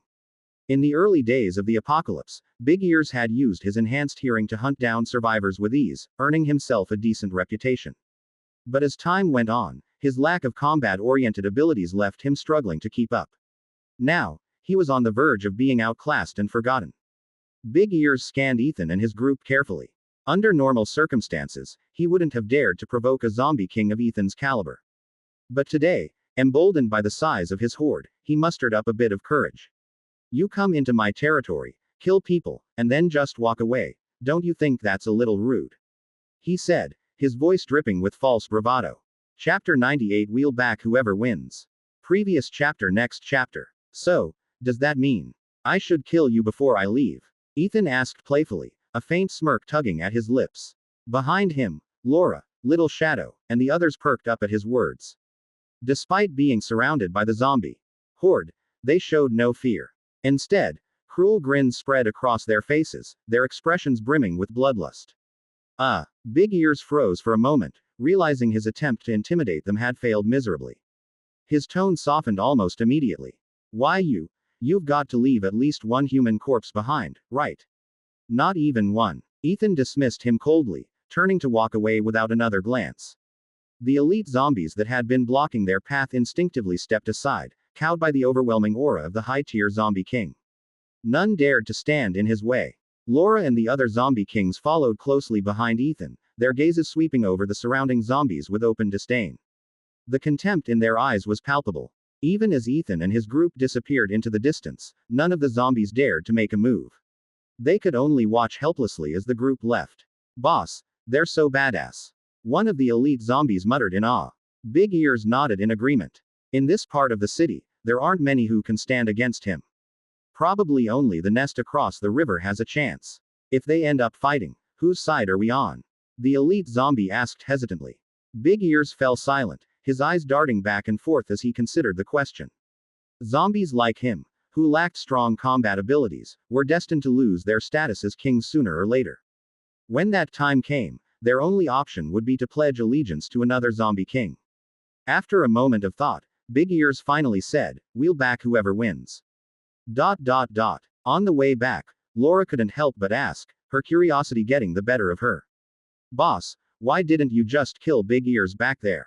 Someone like him might come in handy later," Ethan replied casually, not even bothering to look back. When they returned to the area around their base, they found Bulldozer standing in the middle of the street, his massive frame impossible to miss. His expression was one of sulky frustration. Clearly, he wasn't happy about being left behind during the mission. It was as if he felt neglected. "What were you guys up to? Why didn't you take me with you?" Bulldozer asked, his curiosity tinged with a hint of grievance. "Because you're too big and can't hide yourself properly. This mission wasn't for someone like you," Laura said with a dismissive wave, her tone laced with mockery. Bulldozer's face twisted in indignation. "Who says I can't hide? I'm great at hide and seek. Wanna bet? Let's try it out." "Enough." Ethan cut off their bickering with a single word. Turning to Bulldozer, he added, "Don't worry. There'll be plenty of times when we'll need you. For now, let's eat." With a casual flick of his wrist, Ethan tossed out several fresh corpses. "Heh heh heh." Bulldozer's mood instantly brightened at the sight of the blood and flesh. His earlier frustration vanished without a trace. And Ethan's words, about needing him in the future, reassured him. Clearly, he wasn't being sidelined. No, he was the ace in the hole, the one who'd be called upon when it really mattered. He wasn't being overlooked. Not at all. After dealing with everything, Ethan returned to his private quarters. He sank into a hot bath, letting the warmth seep into his muscles. Once he was clean, he changed into fresh clothes and poured himself a drink. Standing by the floor-to-ceiling window, he sipped it slowly, his gaze fixed on the city below. The weather, which had been clear just moments ago, had taken a sudden turn. Dark clouds rolled in, and a cold wind swept through the streets. Moments later, rain began to pour, the sound of it drumming against the glass. It had been raining a lot lately, as if the sky itself had sprung a leak. Down on the street below, a group of ferocious zombies had gathered. These were Ethan's elite warriors. Among them, PhD Zombie stood out, holding a syringe as he administered doses of the Y virus to the others. Ethan watched silently, his sharp eyes scanning for any signs of trouble. But everything proceeded smoothly. As the Y virus coursed through their veins, the zombies' bodies began to change. Their bones cracked and popped, as if undergoing a second growth spurt. Their frames became sturdier, their muscles denser. Their regenerative abilities improved, their reflexes sharpened, and their bones hardened to an almost unbreakable degree. Their overall strength had risen to the equivalent of AB tier, or even B+ in some cases. However, because their enhancements were artificially induced through the virus, they hadn't developed any unique abilities. As a result, they still couldn't compare to the likes of Bulldozer or the other zombie kings. These elite warrior zombies were more like living weapons, designed purely for combat, with no individuality or special powers to speak of. Genesis Biotech really knows their stuff. Ethan thought to himself, a faint trace of admiration flickering in his eyes. Ethan casually flipped his hand, producing the crystal core of an A-rank awakener he had just captured. Without hesitation, he raised it to his mouth and swallowed it. The crystal core melted instantly on his tongue, leaving a faintly sweet aftertaste. The energy within the A-rank core was exceptionally pure and began to flow through his body, nourishing every inch of him. Ethan felt his pores open up, his entire body basking in an almost euphoric comfort as the energy was absorbed. His body continued its relentless evolution. His physical strength had already reached terrifying levels. His bones were harder than steel or even advanced alloys, and his durability was unmatched. Yet, Ethan had no idea what he would eventually evolve into. He was part of the fastest evolving group of zombies, with no precedent or reference to guide him. Downstairs, the zombies who had just been injected with the Y virus were clearly feeling the effects. They could sense their newfound strength and were visibly ecstatic, letting out excited roars. After their brief celebration, they returned to their posts, resuming their duties. Little Shadow continued to guard the northern sector, PhD held the southern front, while Bulldozer and Laura were stationed in the east. Ethan had also assigned the newly crowned zombie king, Sprout, to the eastern sector. That area bordered Angeles National Forest and the Pasadena, making it relatively more dangerous. Additionally, Sprout's original habitat had been on Mount Wilson, giving him a home field advantage. It was a logical placement. Everything was meticulously organized under Ethan's command. Meanwhile, Ethan stayed in his clean, comfortable home, safe and undisturbed. He pulled out his phone and logged into the Genesis Biotech website to check on their latest updates. The homepage was surprisingly quiet, with no new announcements. However, the comment section was buzzing with activity as survivors flooded it with questions. Didn't you say there was an A-rank awakener? Are they coming or not? It's been days. Shouldn't they have arrived by now? But there's been no news at all. Don't tell me something happened to them on the way. Yeah, what's Genesis Biotech's next move?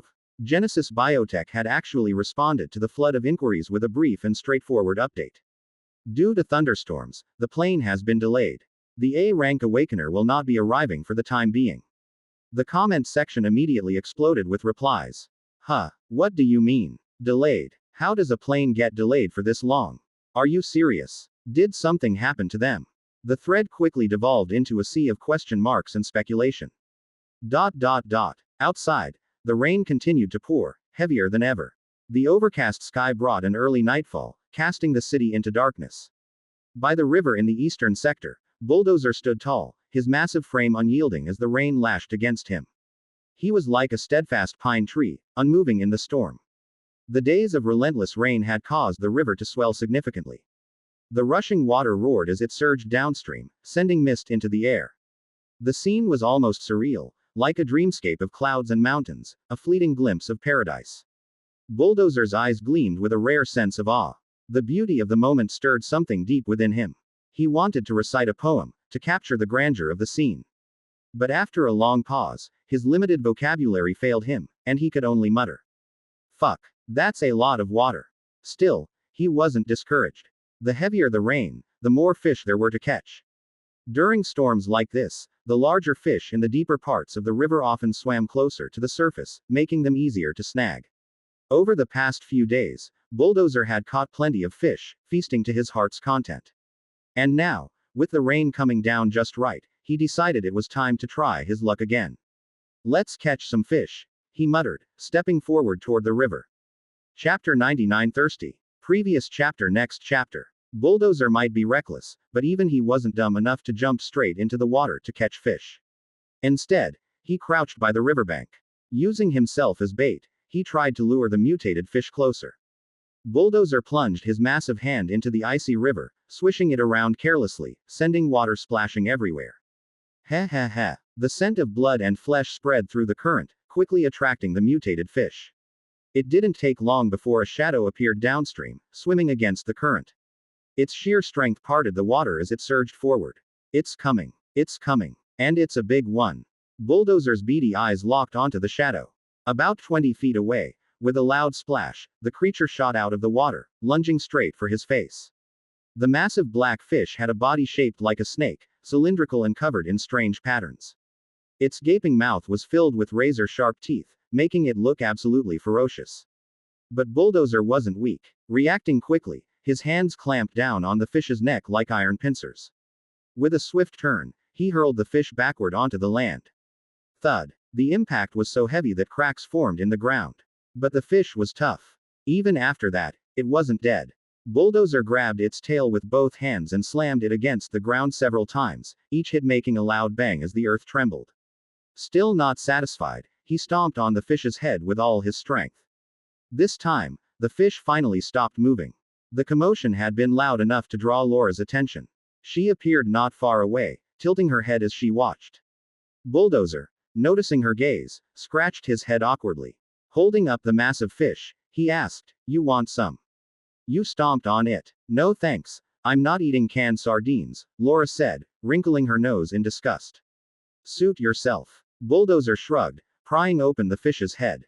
Still got the neurocore, though.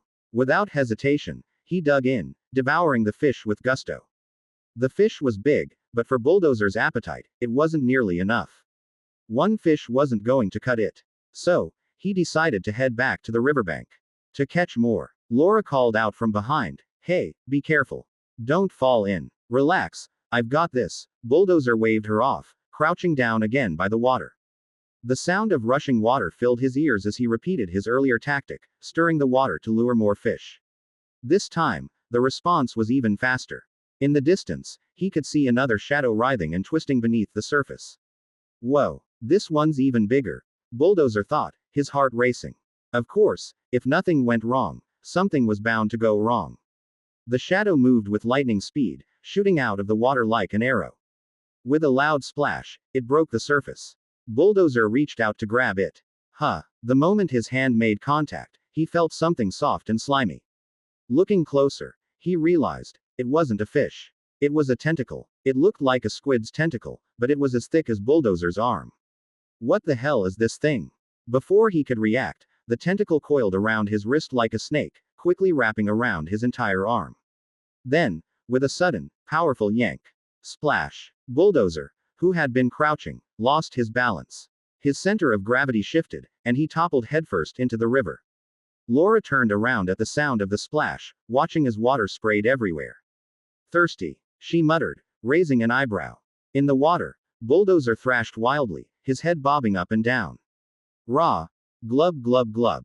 Bulldozer's arms and ankles were completely entangled by the tentacles, and their numbers kept increasing. But Bulldozer was no pushover. With a growl, he bit down on one of the tentacles and tore it apart with brute force. Blue-black blood sprayed everywhere. From beneath the water behind him came a strange, high-pitched screech of pain. He turned his head to look. A massive, grotesque head emerged from the water. Its skin was a sickly grayish-white, and its two pitch-black eyes were as large as soccer balls. The most horrifying part was its mouth. It opened in 4 sections, like a blooming flower, revealing rows upon rows of razor-sharp teeth. As the creature lunged at him, Bulldozer quickly raised both hands to push against its head. The two became locked in a fierce struggle. Thanks to Bulldozer's immense strength, he wasn't at a disadvantage, but the raging river current worked against him. The two combatants were swept downstream, tumbling together in the water. It was starting to look like the beginning of Bulldozer's wild river adventure. Just as things were getting dire, countless vines suddenly surged from the riverbank, wrapping around Bulldozer and pulling him toward the shore. It was Sprout's doing, clearly. But the monstrous creature wasn't giving up. It kept trying to drag Bulldozer back into the deeper water. For a moment, it turned into a bizarre tug of war, with Bulldozer caught in the middle. From a distance, Laura leapt into action. She jumped high into the air, landing gracefully on the dense network of vines. Using them as a bridge, she sprinted toward the monster at incredible speed. In the blink of an eye, she was face to face with the creature. Her claws slashed through the air, tearing into the monster's flesh. Chunks of meat and blue blood flew everywhere. The creature let out a piercing, agonized screech and immediately loosened its grip, trying to retreat. But Laura wasn't about to let it escape. With one final, devastating strike, she plunged her clawed hand deep into the creature's head, her entire arm disappearing into its skull. The monster stopped struggling instantly. Blue-black blood oozed out, staining the river in a murky trail. Sprout's vines pulled everyone, Bulldozer, Laura, and the now lifeless creature, back onto the shore. Bulldozer, soaked from head to toe, looked like a drowned rat. He glanced awkwardly at the monstrous fish and muttered, "What kind of fish is this?" "Squid," Sprout replied, the grass on his head swaying as he walked over. Laura raised an eyebrow. "A squid, in a river." Her words hung in the air, and an awkward silence followed. The three of them stood there, staring at the creature's corpse, feeling like this was a question way outside their expertise. But as they examined the body more closely, it did resemble a squid. It was massive. Its head alone was nearly the size of Bulldozer. It had over 10 long tentacles, each lined with suction cups. "Well, let me see what it tastes like," Bulldozer said, grabbing one of the tentacles. He took a big bite, only to immediately spit it out. The suction cups were covered in sand and grit. Bleg. It's all gritty and tastes like the ocean. You know what the ocean tastes like? Sprout asked. Curious. Bulldozer nodded. He explained that back when he first started working with Ethan, he'd eaten things like frozen shrimp and crab. They had the same salty, briny flavor. Could it really have come from the ocean? Laura wondered aloud. The three of them were stumped. It didn't make any sense. In the end, they decided it was best to take the creature's body back to their leader and let him figure it out. Dragging the massive corpse behind them, they headed toward the center of their territory. Outside, the rain was starting to let up, the storm gradually calming. Ethan sat on a worn-out sofa, sipping a cup of tea. When he heard that his crew had caught a squid in the river, he found it just as bizarre as they did. Strange things happen every year, but the apocalypse really takes the cake, he muttered. He walked over to the window, opened it, and leaned out to take a look. Sure enough, down on the street below, there was the enormous squid corpse. Bulldozer, Laura, and Sprout stood around it, looking up at him expectantly. Is that really a squid? Ethan murmured to himself. Just then, the sound of a news broadcast came from the TV behind him. Breaking news from the official shelter. Due to global climate changes, a massive typhoon has struck the Santa Monica area, causing a catastrophic storm surge. 2/3 of the city is now underwater. Ethan froze for a moment, then turned back to the window, staring at the squid corpse again. Well, that explains a lot. Chapter 100. Are you kidding me? Previous chapter. Next chapter. Ah, so it's a typhoon. No wonder it's been raining non-stop, Ethan muttered to himself. Santa Monica was already 2/3 underwater, and the aftermath was starting to affect Los Angeles too. The flooding would inevitably trigger migrations. Mutant beasts, zombies, survivors, and even the Black Hand Legion might all head this way to escape the disaster. That mutated squid, it probably got here because of the storm surge, swimming upstream into Ethan's territory. Guess it's time to stock up on seafood. Omega-3 is good for the brain, you know. Ethan shouted down to the three lords below his building. Bulldozer's eyes widened. Eating seafood makes you smarter. No wonder he'd been feeling sharper lately. Laura, you should eat more of it, he added. Thwack. Laura didn't bother with words. Her sharp claws stabbed into Bulldozer's side, making her displeasure crystal clear. Meanwhile, a group of zombies swarmed the squid's corpse, tearing it apart and feasting on its flesh. Amid the rain, the sound of ripping flesh and cracking bones echoed. Blue-black blood oozed out, mixing with the downpour and filling the air with a nauseating stench. Ding dong. Read new chapters at Empire. Ethan's phone buzzed. Someone had sent him a message. He shut the window, turned around, and pulled out his phone. It was a text from Mia. Short and to the point. Need to pass through. Got toll money. Ethan replied casually, not bothering to ask for details. Yeah, plenty, Mia shot back. Oh, Ethan smirked. This broke girl suddenly acting generous. All right, come on over. The truth was, Mia needed to pass through because of the storm surge. Santa Monica was almost entirely submerged, including the city's main shelter. Survivors had no choice but to relocate to other shelters, and Los Angeles was the closest option. But the influx of refugees was overwhelming. The already struggling shelters were now completely out of resources. People were eating anything they could find. Grass, bark, whatever was left. Fortunately, Santa Monica's shelter still had some supplies. Mia had been tasked with transferring them to Los Angeles. Her journey, however, was nothing short of a nightmare. It was like Frodo's trek to Mordor, except instead of a ring, she was hauling food and medicine. Zombies and mutant beasts were constant threats, but the real danger came from the Black Hand Legion. Desperate and ruthless, the Legion had descended into outright savagery. They'd heard about the supply transfer and weren't about to let it slip through their fingers. A large group of them had been chasing Mia and her team relentlessly. Now, on the outskirts of Ethan's territory, along a narrow road between the city and the countryside, Mia and her group were moving as fast as they could. Their faces were tense, and they kept glancing over their shoulders. Hurry up. I think they're catching up again. Damn it. The group gritted their teeth, their expressions grim. They were carrying heavy loads, bags of food, medicine, antibiotics, some even pushing makeshift iron carts piled high with supplies. Most of them were injured. Some limped along, pale and exhausted, running on nothing but sheer willpower.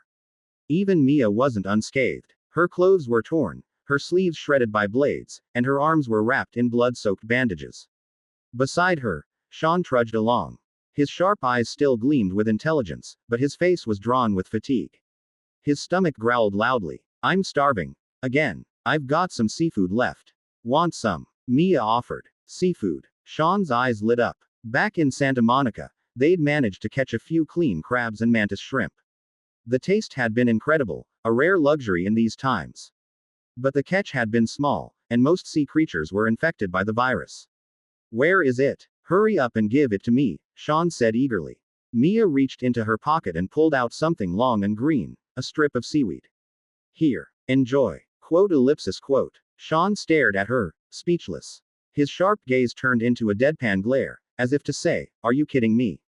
But now wasn't the time to be picky. Sean took the seaweed from Mia and stuffed it into his mouth without hesitation, swallowing it whole.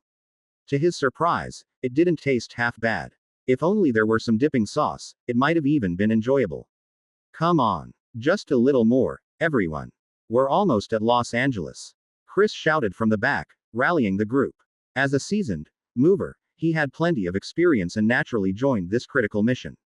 Alongside him were Brandon, a few awakeners from the Santa Monica shelter, and some survivors they had rescued along the way.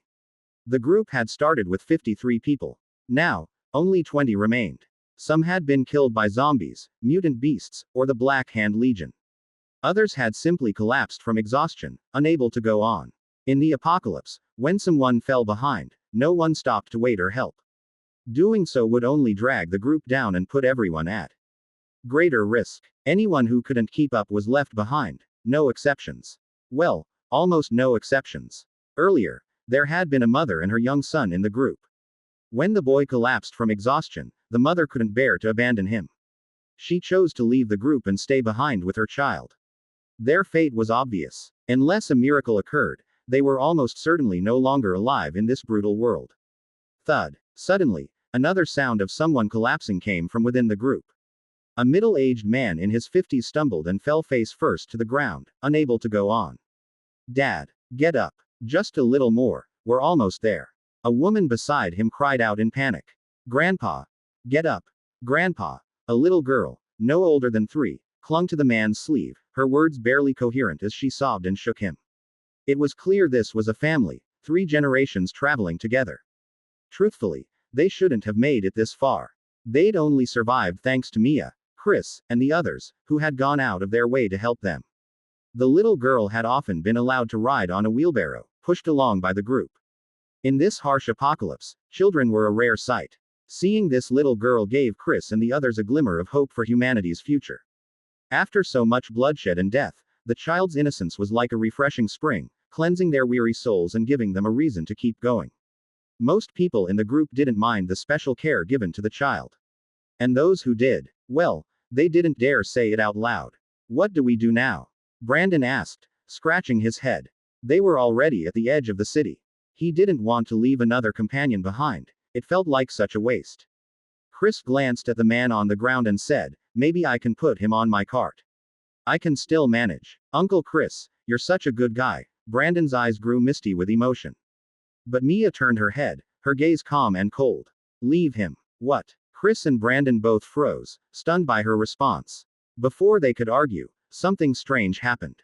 The middle-aged man on the ground began coughing violently, blood spurting from his mouth in thick clots. Beneath his skin, something seemed to writhe and squirm, as if alive.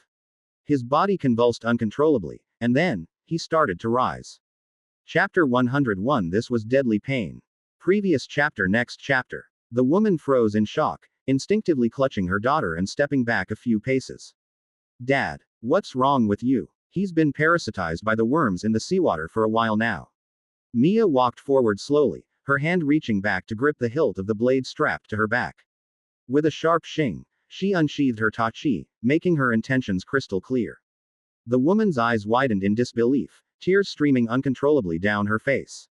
She couldn't accept what was happening. How could this happen? He's known about his condition for a while, Mia explained, her voice steady but tinged with sadness. He didn't want me to tell you. He said he just wanted to spend his last days with you and your daughter. The woman covered her mouth with one hand, her sobs breaking free. Memories flooded back. Her father had spent hours in the seawater, scavenging for supplies they desperately needed. She hadn't thought much of it at the time, but now it all made sense.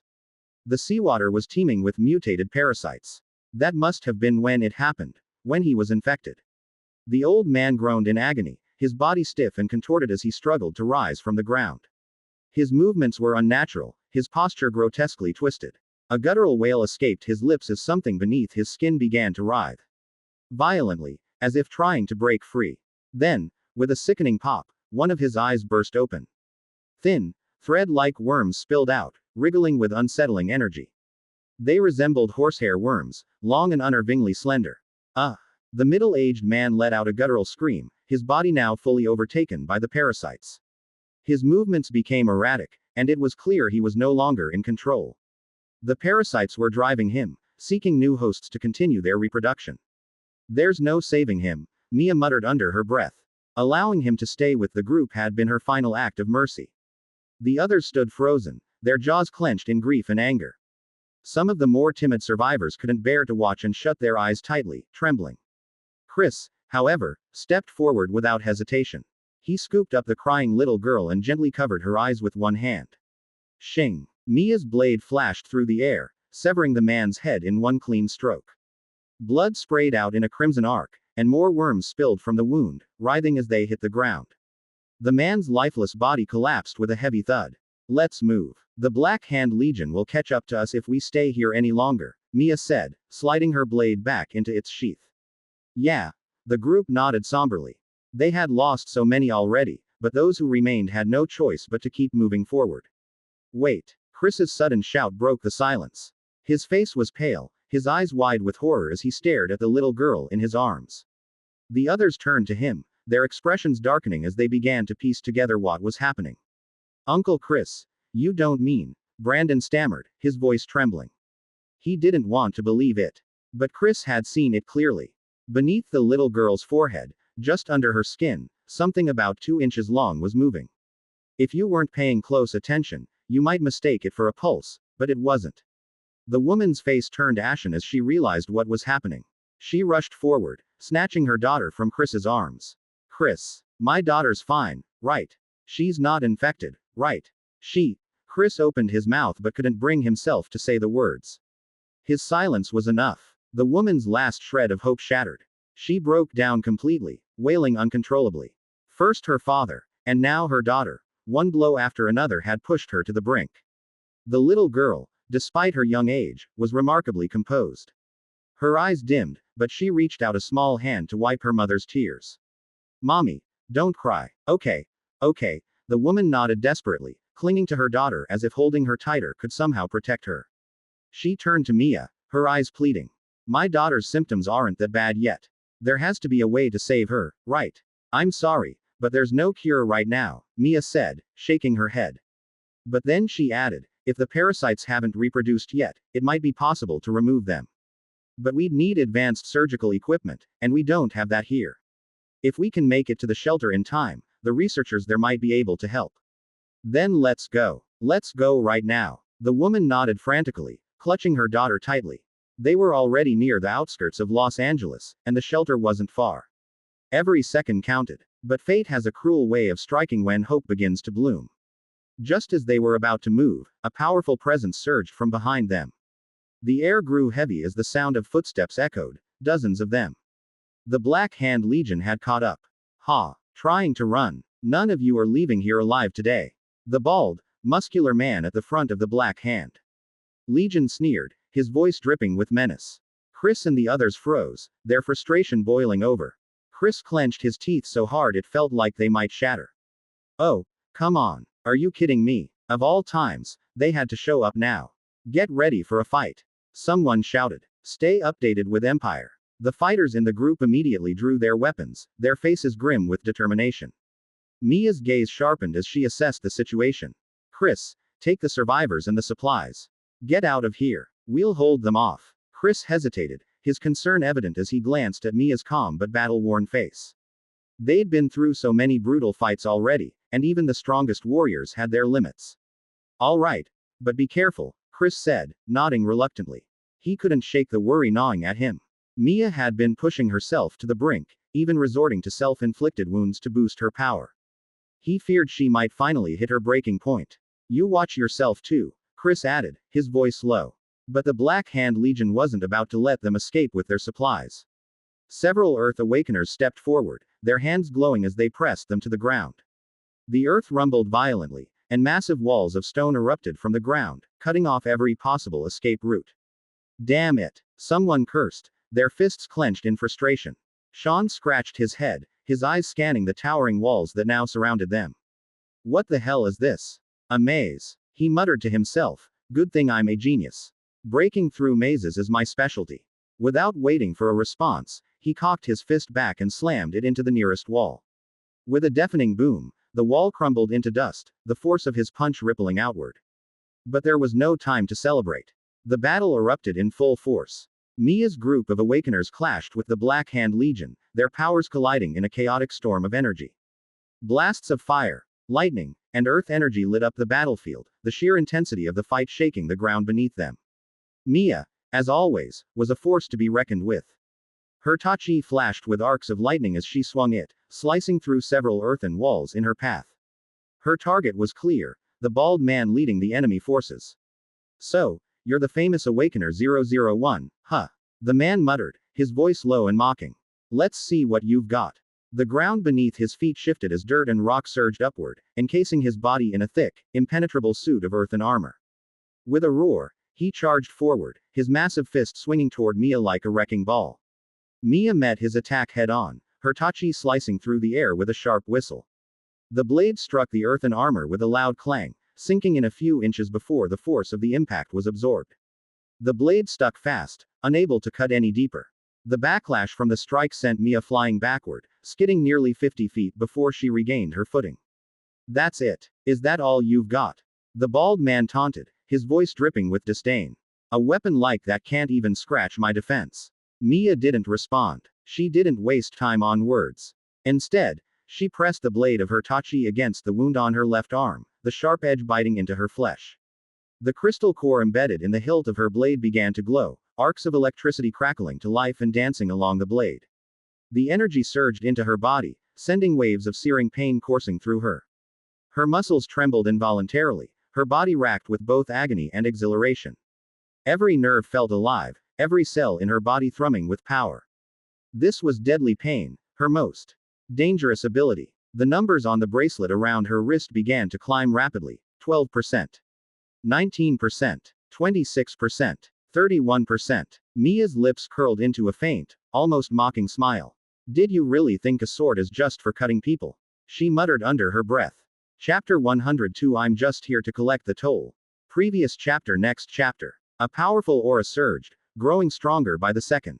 Mia launched herself forward, her fist hurtling toward the burly man at lightning speed, so fast it was almost impossible to track. Boom. Discover stories at Empire. The man didn't even have time to react. Her punch slammed into his chest, shattering the earthen armor covering him.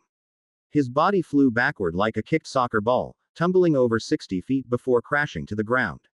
Damn, she's strong. The bald man clutched his chest, coughing violently as blood trickled from the corner of his mouth. Half his body felt numb, and he was teetering on the edge of losing his ability to fight. But there was no time to catch his breath. Out of the corner of his eye, he saw Mia charging at him again, her figure like a relentless storm. Somebody stop her. Now, he shouted in panic. One of the Black Hand Legion members nearby immediately activated his awakened ability. With a wave of his hand, water droplets in the air froze, forming several thick ice walls to block Mia's path. Her vision was momentarily obscured, but she didn't slow down. Raising her hand, she struck the ice walls, shattering them into countless shards. Just then, a sharp sound of something cutting through the air reached her ears. A glint of metal flashed, an alloy dagger aimed straight for her temple. Die. A young man with a twisted expression lunged at her. Somehow, he had managed to sneak up on her without making a sound, likely due to his awakened ability. Now, he was launching a sudden, deadly attack. But Mia's heightened senses, sharpened by pain, kicked in. She raised her arm to block. Squelch. The dagger pierced through her forearm, and warm blood splattered across her pale face. The rain washed it down her cheek, dripping from her jawline. Her wristband beeped, displaying a pain level, 36%. Despite the injury, a crazed smile curled at the corner of her lips. Without hesitation, she swung her other fist backward, smashing the young man's skull into pieces. As blood mist filled the air, a crystal core shot out from his shattered head. The pain coursing through her body only seemed to fuel her. Her cells became more active, and her healing ability kicked in. The wound on her arm, where the dagger had pierced, began to scab over at a speed visible to the naked eye. From a distance, the other Black Hand Legion members watched in horror, their hearts pounding. Damn, so this is the legendary Awakener from Refuge 001. Her strength was terrifying, her resilience even more so. The stronger her opponent, the stronger she became. This isn't going to be an easy fight, one of them muttered nervously. The bald man, still struggling to catch his breath, quickly barked out orders. Keep your distance. Don't let her get close. Wear her down from afar. Let's see how long she can keep this up. Yes, sir. The others responded in unison. They unleashed their awakened abilities. Walls of fire, ice spears, and water barriers surged toward Mia. Some focused on blocking her movements, while others aimed to attack. Explosions erupted around her as energy attacks collided, creating shockwaves that rippled through the battlefield. The chaos intensified, the fight reaching a fever pitch. But then, not far away, a tall figure appeared. Dressed in a crisp white shirt, his expression was calm, almost indifferent. He walked toward the battlefield with an air of casual ease, as if he were strolling through a park. His sharp gaze swept over the scene, and he muttered to himself. Well, this is lively. Huh. One of the Black Hand Legion members, a scar-faced man, noticed him immediately. The stranger's face was unfamiliar, and he clearly wasn't part of their group. Yet, he seemed completely unbothered by the chaos around him, watching the fight like it was some kind of show. Who the hell does he think he is? Scarface growled, gripping his alloy knife tightly. He charged at the newcomer, shouting, "You're dead, buddy." The tall man, Ethan, glanced at him, his eyes flashing with a faint red glow. Scarface froze mid-charge, his expression twisting into one of sheer terror. Boom. In an instant, his body exploded into a cloud of blood mist, scattering into the air. What the? The surrounding Black Hand Legion members stared in shock, their faces pale. What kind of ability is that? It's too strong. From a distance, Sean, who had been observing the fight, broke into a grin. His sharp eyes gleamed with recognition. Ethan, you're here. Yeah, Ethan replied casually. He had been relaxing at home when one of his subordinates reported a large-scale fight breaking out near the edge of their territory. The commotion had been loud enough to catch his attention. He had a hunch it might involve Mia, so he decided to come and check it out. Ethan's gaze swept across the battlefield, taking in the ragged state of the refugees from the shelter. Their faces were pale, their bodies battered, and many were clearly pushing themselves far beyond their limits just to keep fighting. Even Mia looked worse for wear, her body covered in wounds, her clothes soaked in blood. If it weren't for her strikingly delicate face, she might have been mistaken for one of the undead. Did you guys just survive an apocalypse or something? Ethan asked, his tone casual. Well, if you put it that way, you're not wrong, Sean replied with a shrug. They had been out collecting supplies, but the journey from Santa Monica to here had been so grueling that they might as well have been refugees. Mia's bright eyes turned toward Ethan. You came to welcome me. Where's the toll? Ethan asked bluntly. Mia raised her hand and pointed at the bald man and his crew ahead. See, it's all right there. Oh, Ethan nodded, scanning the group. There was quite a bit to take, he had to admit. No wonder she was being so generous. The only problem was, it still needed to be collected. The Black Hand Legion members frowned, exchanging confused glances. Who the hell is this guy? Maybe he's back up from the shelter. Just one guy. That's it. The bald man snorted dismissively. He didn't seem too concerned. Mia's supposed to be the strongest awakener from the shelter. How much stronger could this guy be? Kill him. Yes, sir. The surrounding members responded, nodding in agreement. It made sense to them. Most of them were from Santa Monica and had no idea who Ethan was. With a roar, the group charged at him like a pack of wild beasts, and the battle resumed. Ethan, however, remained calm, his expression unchanging. His crimson eyes glowed faintly as he activated Domain of the Dead. A suffocating pressure erupted from him, instantly enveloping 4 of the attackers. Their ferocious expressions twisted into ones of pure terror. It felt as though a mountain had been dropped onto their backs. Their bodies were crushed under the immense force, their bones creaking and cracking as if they were about to shatter. They struggled to move, their limbs sluggish as if they were trapped in quicksand. Ethan's figure blurred as he moved. In an instant, he was upon them. As he passed by, a blade, a tachi, materialized in his hand. With a single fluid motion, he swung it toward their heads. Swish. The blade sliced cleanly through their skulls, the sound of metal grinding against bone echoing in the air. Their heads were severed in one smooth motion, and crystal cores shot out from their shattered skulls. Ethan caught the cores effortlessly, his hand closing around them as if it were second nature. If you want something done right, do it yourself, he muttered under his breath. Pocketing the crystal cores, he continued forward without breaking stride, the tachi still in his hand. In the span of a few seconds, he had killed 4 Black Hand Legion members. His expression remained calm, almost indifferent, as if he had just completed a mundane chore. You. The bald man and his remaining crew stared at him, their eyes wide with shock. A deep sense of unease crept over them, their instincts screaming that something was very, very wrong. The way Ethan had killed, his movements, his precision, it was far too practiced. This wasn't someone who fought zombies or mutated beasts.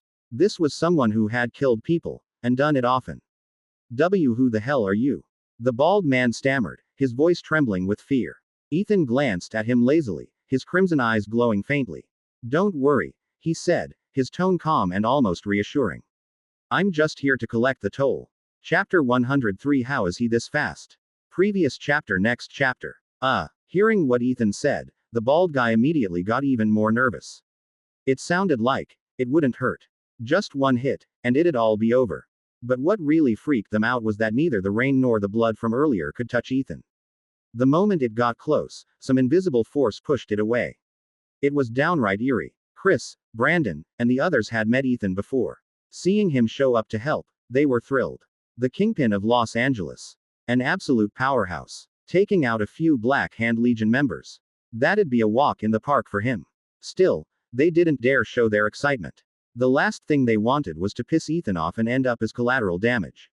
That'd be game over for them. As Ethan got closer, the bald guy and his crew grew more and more uneasy. Boss, I don't think this guy's even human, one of the psychic awakeners muttered, frowning. What? The bald guy felt a chill run down his spine.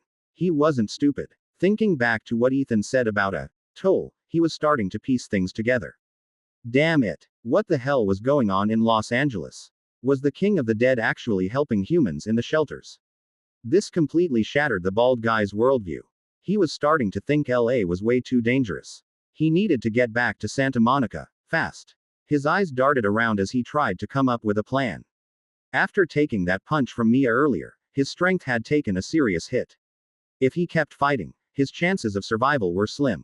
Alright, guys, let's take them down. He shouted. Yeah, let's do it. The others echoed, nodding with determination. Most of the Black Hand Legion members were desperate criminals, after all. They rallied their spirits and charged forward again. But as soon as the bald guy finished shouting, he started quietly backing away, clearly planning to make a run for it. A few of his more cowardly lackeys noticed and began retreating as well.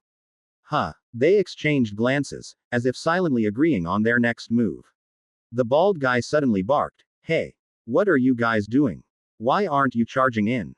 "You're not charging in either," a skinny man shot back. The bald guy coughed awkwardly, trying to cover up his embarrassment.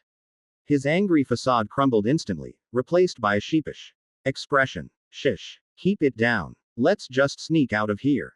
About 5 or 6 of them started inching backward, trying to slip away unnoticed. Meanwhile, the ones charging forward were walking straight into a nightmare. Rushing at Ethan was like a moth flying into a blazing fire. The moment they stepped into the domain of the dead, it was like falling into an abyss. Even if they could still move, their abilities were reduced to less than 30% of their usual strength. Ice spikes, fireballs, and other awakened powers were either deflected by the terrifying force of the domain or shattered outright. Ethan moved like a cold, unfeeling killing machine. With a flick of his tachi, he ended a life, seamlessly storing the body in his spatial storage ring. Mia and Sean followed close behind him, forming a triangular formation. Together, they advanced relentlessly, cutting through the enemy like a hot knife through butter. In just a few strikes, they were on the verge of wiping out the entire Black Hand Legion squad. Wait a second. Something's not right. Finally, someone noticed what was happening. Struggling to turn his head, he saw the bald guy and a few others retreating. Fuck. Did they just ditch us? Your next read awaits at Empire. That was his last thought before Ethan's Tachi came down, and everything went black. Shit. They're almost all dead already. Shouldn't we be running too? One of the retreating men whispered. Run. Run where? The bald guy frowned, staring at the carnage. Even he hadn't expected his men to die so quickly. They hadn't bought him much time at all. Alright, fine. Let's get out of here now. With that, he turned and bolted, running faster than a rabbit. Shit. The others cursed under their breath. Once they realized what was happening, they bolted too. At this point, it wasn't about running the fastest. It was about running faster than the guy next to you. Ethan glanced over, noticing the toll evaders trying to flee. In an instant, his figure vanished from where he stood. Sean and Mia didn't hesitate either, leaping into action to chase them down. You've been chasing us this whole time, and now you want to run. Don't you think it's a little late for that? Sean called out. The bald guy and his crew weren't dumb, though. Instead of running together, they scattered in different directions, darting into a nearby grove of trees. Maybe no one's chasing me, the bald guy thought, trying to reassure himself. After all, there were only 3 of them chasing, and 6 of them running. Statistically, 3 of them should make it out alive. He just hoped he'd be one of the lucky ones. As he sprinted, he glanced back over his shoulder. To his surprise and relief, there was no one behind him. Not a single shadow. Haha. He couldn't help but chuckle, slowing his pace a little. Hey, what's so funny? A deep, magnetic voice suddenly came from up ahead. Huh. The bald guy froze, his heart sinking. He whipped his head around, only to see a tall, slender figure standing not far in front of him. His blood ran cold. He stopped dead in his tracks, his face full of disbelief. When did you get here? Ethan didn't bother answering. In a flash, he was right in front of him, his tachi slicing upward in a clean arc.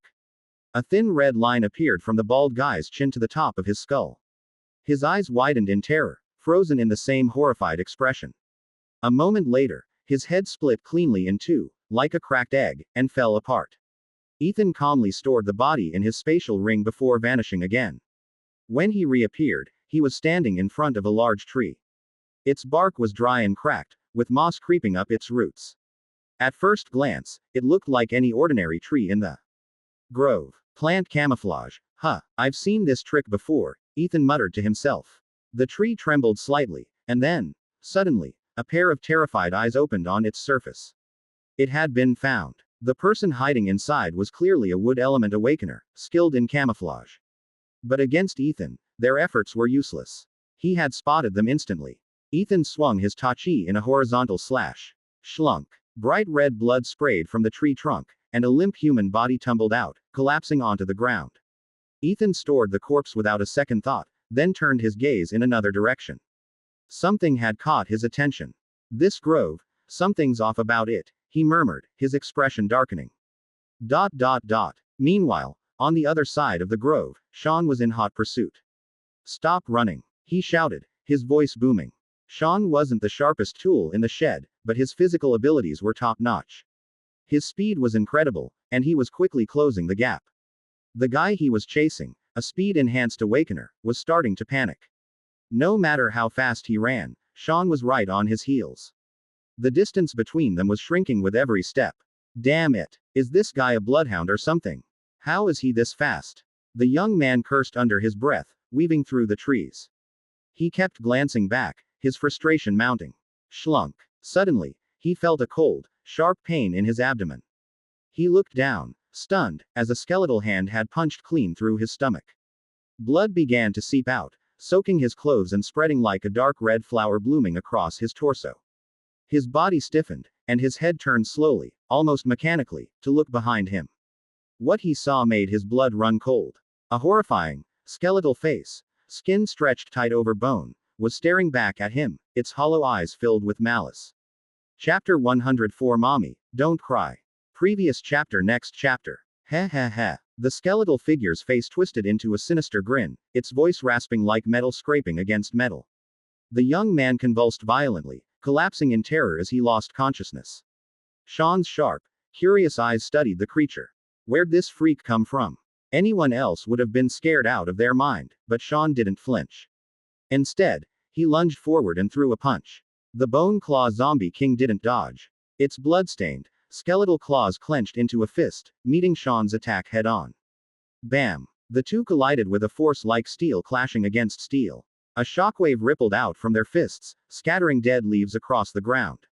Sean's arm went numb, and he stumbled back a few steps, shaking it out. Damn, this thing's skinny as a twig, he muttered, eyeing the creature. But it sure packs a punch. The Bone Claw Zombie King sniffed the air, its nose twitching as it caught Sean's scent. So, it was you, messing around in my territory earlier. Oh, was it? Sean tilted his head, trying to remember. I mess around in a lot of places. What makes your territory so special?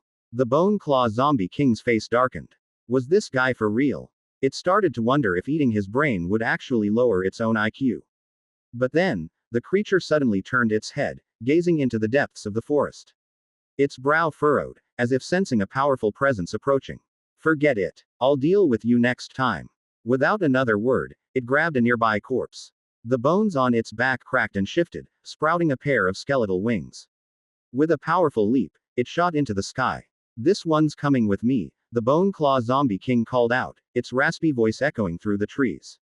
If you've got a problem, come find me across the river. In seconds, it was just a speck in the sky, its voice fading into the distance. At that moment, Ethan appeared beside Sean, his expression calm as he gazed up at the sky. Our prey just got stolen, Ethan said after a pause. What the hell was that thing? It could fly. Sean scratched his head, still trying to process what had just happened. Ethan replied, the Zombie King from across the river. Ah, that explains it. Sean nodded, suddenly remembering. Oh yeah, I've been to the river district before. Last time was during that sugar factory rescue mission, when that black cat possessed me. Guess the Zombie Kings over there are all pretty freaky. As Sean was lost in thought, Mia emerged from the forest, her movements swift and graceful. What happened? She asked. A flying Zombie King just showed up and took one of our toll fees, Sean said, gesturing dramatically as he explained. Mia glanced up at the sky, her sharp eyes narrowing. All right. Next time, we'll rip out its crystal core as compensation. ... By now, the Black Hand Legion was completely wiped out. Only one member had been taken by the Bone Claw Zombie King, the rest had fallen to Ethan and his group. Ethan's mind was already racing. Having other Zombie Kings near their territory was a problem. It made everything more complicated and dangerous. Sooner or later, they'd have to deal with them. The group left the forest and regrouped with Chris and the others. Enjoy new stories from Empire. Though they'd successfully eliminated the Black Hand Legion and made it to Los Angeles, no one felt like celebrating. A woman was sitting on the ground, clutching a little girl in her arms. She was sobbing uncontrollably, her eyes red and swollen, her voice hoarse from crying.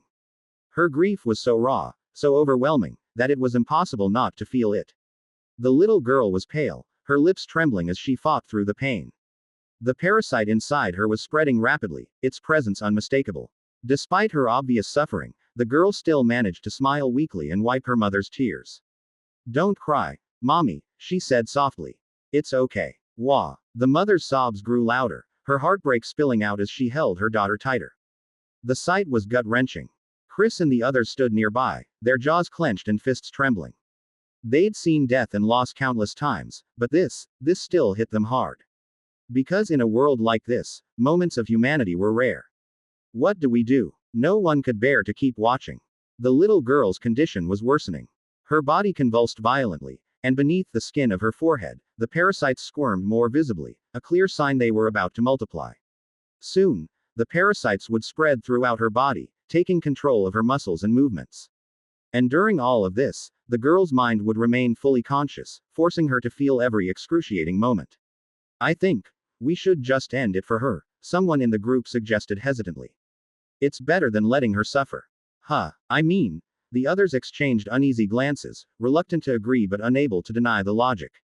The girl's mother wiped her tears, her face pale and trembling. After a long pause, she nodded, her voice breaking as she said, let's do it. I can't let her go through this. All right then, someone murmured, though the words felt hollow. But no one moved. No one could bring themselves to do it. Killing a child, even in mercy, was a line too heavy to cross. I'll do it, a calm, magnetic voice said from behind them. Ethan stepped forward, his hand flicking to summon a sleek tachi seemingly out of thin air. Chris and the others turned to look at him, their tense expressions softening slightly. Yeah, if anyone can do it, it's him. He's good at this kind of thing, one of them muttered, as if trying to justify it. Ethan's face remained impassive as he walked forward. The group instinctively stepped aside, clearing a path for him. The mother knelt beside her daughter, gripping her small shoulders as tears streamed down her face. Her voice cracked as she whispered, "Abby, don't be scared, okay? It'll be over soon. Mommy will come join you soon." The little girl tilted her head, her expression confused but calm. "Okay, Mommy," she said softly, nodding as if she understood. The mother's tears fell harder. She let go of her daughter, staggering back a few steps before turning away. She crouched on the ground, burying her face in her arms, her body shaking with sobs. She couldn't bear to watch what was about to happen. Ethan approached the girl, his tachi gleaming in his hand. He looked down at her, studying her small, fragile figure. For a moment, it reminded him of spotting a wild rabbit in the woods, innocent, delicate, and strangely endearing. Without hesitation, he raised the blade and swung. Swish! The blade sliced cleanly through the air, piercing the girl's skull and emerging from the other side. But something strange happened. There was no blood, no gruesome scene. The little girl didn't even flinch. Her long eyelashes fluttered, and she stared up at Ethan with wide, curious eyes, as if nothing had happened. Ethan's tachi, however, began to emit a strange, high-pitched screeching sound. A cluster of parasites squirmed at the tip of the blade, writhing as they were pulled out of the girl's body. With a flick of his wrist, Ethan channeled his energy into the blade, igniting it with flames. The parasites shrieked one last time before being reduced to ash. "All done," Ethan said casually, sheathing his tachi as if nothing unusual had occurred. The group stared in stunned silence, their faces a mix of disbelief and confusion. Did I just imagine that?" Someone muttered. "I don't know. What the hell just happened?" As the kid, "Okay. This has to be some kind of hallucination, right?" Quote. The murmurs continued, but no one could make sense of what they'd just witnessed. Meanwhile, the little girl reached up and touched her head, her expression brightening. The pain was gone. Her body felt light, and the torment she'd endured just moments ago had completely vanished. She turned to her mother, who was still crouched on the ground, sobbing uncontrollably. "Mommy, don't cry," the girl said, her voice soft but cheerful. "I'm okay now." The woman froze, her sobs catching in her throat. Slowly, she lifted her head, her tear-filled eyes meeting her daughter's. "What?" she whispered, her voice trembling. Her daughter smiled at her, standing there as if nothing had happened. The mother's face shifted from disbelief to shock, her mouth falling open. Chapter 105 The Second Generation Doom Hunter. Previous chapter. Next chapter. The woman's face was filled with disbelief, but seeing her daughter's improved condition, she couldn't deny it. Abby really did seem much better. "Abby, are you really not in pain anymore?" she asked, her voice trembling with hope. The little girl nodded obediently, then looked up at Ethan with wide, grateful eyes. "It was this big brother who saved me. The parasite in your daughter's body has been removed. She's not going to die," Mia said as she stepped forward, her expression calm. She had already expected this outcome. After all, with Ethan's abilities, as long as he was willing, this was well within his power. Hearing Mia's words, the woman finally let out a sigh of relief. Overwhelmed with joy, she hugged her daughter tightly. "Oh, thank God. Thank you, she sobbed, holding Abby close as tears streamed down her face. The two clung to each other, crying tears of relief. Nearby, Chris and the others watched the scene unfold, their hearts touched. Some of them even felt their eyes sting with emotion. None of them had expected this. Ethan had saved the little girl. At that moment, Chris felt a deep admiration for Ethan, almost to the point of reverence. He was so moved that, for a fleeting second, he even had the absurd thought of sacrificing himself just to show his gratitude. The woman quickly composed herself. Pulling Abby along, she knelt down in front of Ethan, bowing repeatedly in thanks. Thank you so much. You're such a good person." "It's nothing," Ethan replied casually, though he hadn't expected to be called a good person. The woman suddenly had an idea and urged her daughter, "Abby, give Uncle Ethan a hug to thank him." No, that's really not necessary," Ethan said, waving his hands in refusal. PFF'd. Even Mia, who was usually so cold and reserved, couldn't help but let out a soft laugh, her smile dazzling. Sean, standing off to the side, raised an eyebrow in surprise. Well, this is rare, he thought. She actually smiled. Ethan turned to the group and said, all right, there's nothing else to do here. You all should head back. Okay. Mia nodded, though her gaze drifted toward the direction of Santa Monica. There are still a lot of mutated beasts, zombies, and members of the Black Hand Legion out there. They could show up here at any time. Let them come, Ethan said nonchalantly. He didn't see it as a problem. Mia seemed to remember something. Oh, by the way, if you're planning to attack the zombie nest across the river, count me in. Sure, Ethan replied. He hadn't planned on leaving her out anyway. At this point, Chris, still fired up from earlier, felt the need to contribute as well.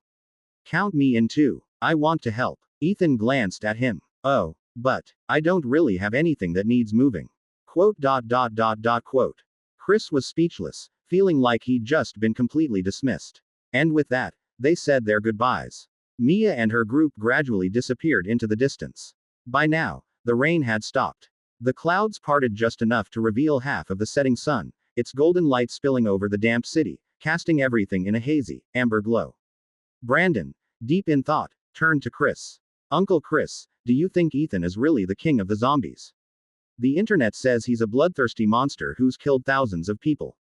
But honestly, he doesn't seem like that to me. I mean, he even saved my life. HMPH. That's because he doesn't see you as an enemy. Or, maybe he doesn't even see you as a person, Chris added with a smirk, as if Ethan might think of Brandon as nothing more than a small animal. Brandon. Meanwhile, Ethan had already returned home. He sank into the couch, grabbed a wine glass, and poured himself a drink. Taking a small sip, he leaned back, savoring the moment. Outside the window, the sounds of flesh being torn apart echoed through the streets. It was the prey he had brought back earlier, over 20 corpses, now being devoured by the zombies under his control. The fading sunlight bathed the scene in a crimson glow, painting a macabre picture of blood and carnage. Experience new tales on Empire. Ethan pulled out his phone and began scrolling through the latest news. Breaking news. Local shelters are now receiving waves of refugees. Large quantities of supplies have been successfully transferred. The shelter's wireless signal has been boosted to maximum range. Any survivors who can connect to the signal, please head to the shelter immediately. Santa Monica's shelter had been flooded by seawater, scattering tens of thousands of survivors. They were now fleeing in waves toward Los Angeles. For those who could connect to the shelter's signal, it was a beacon of hope.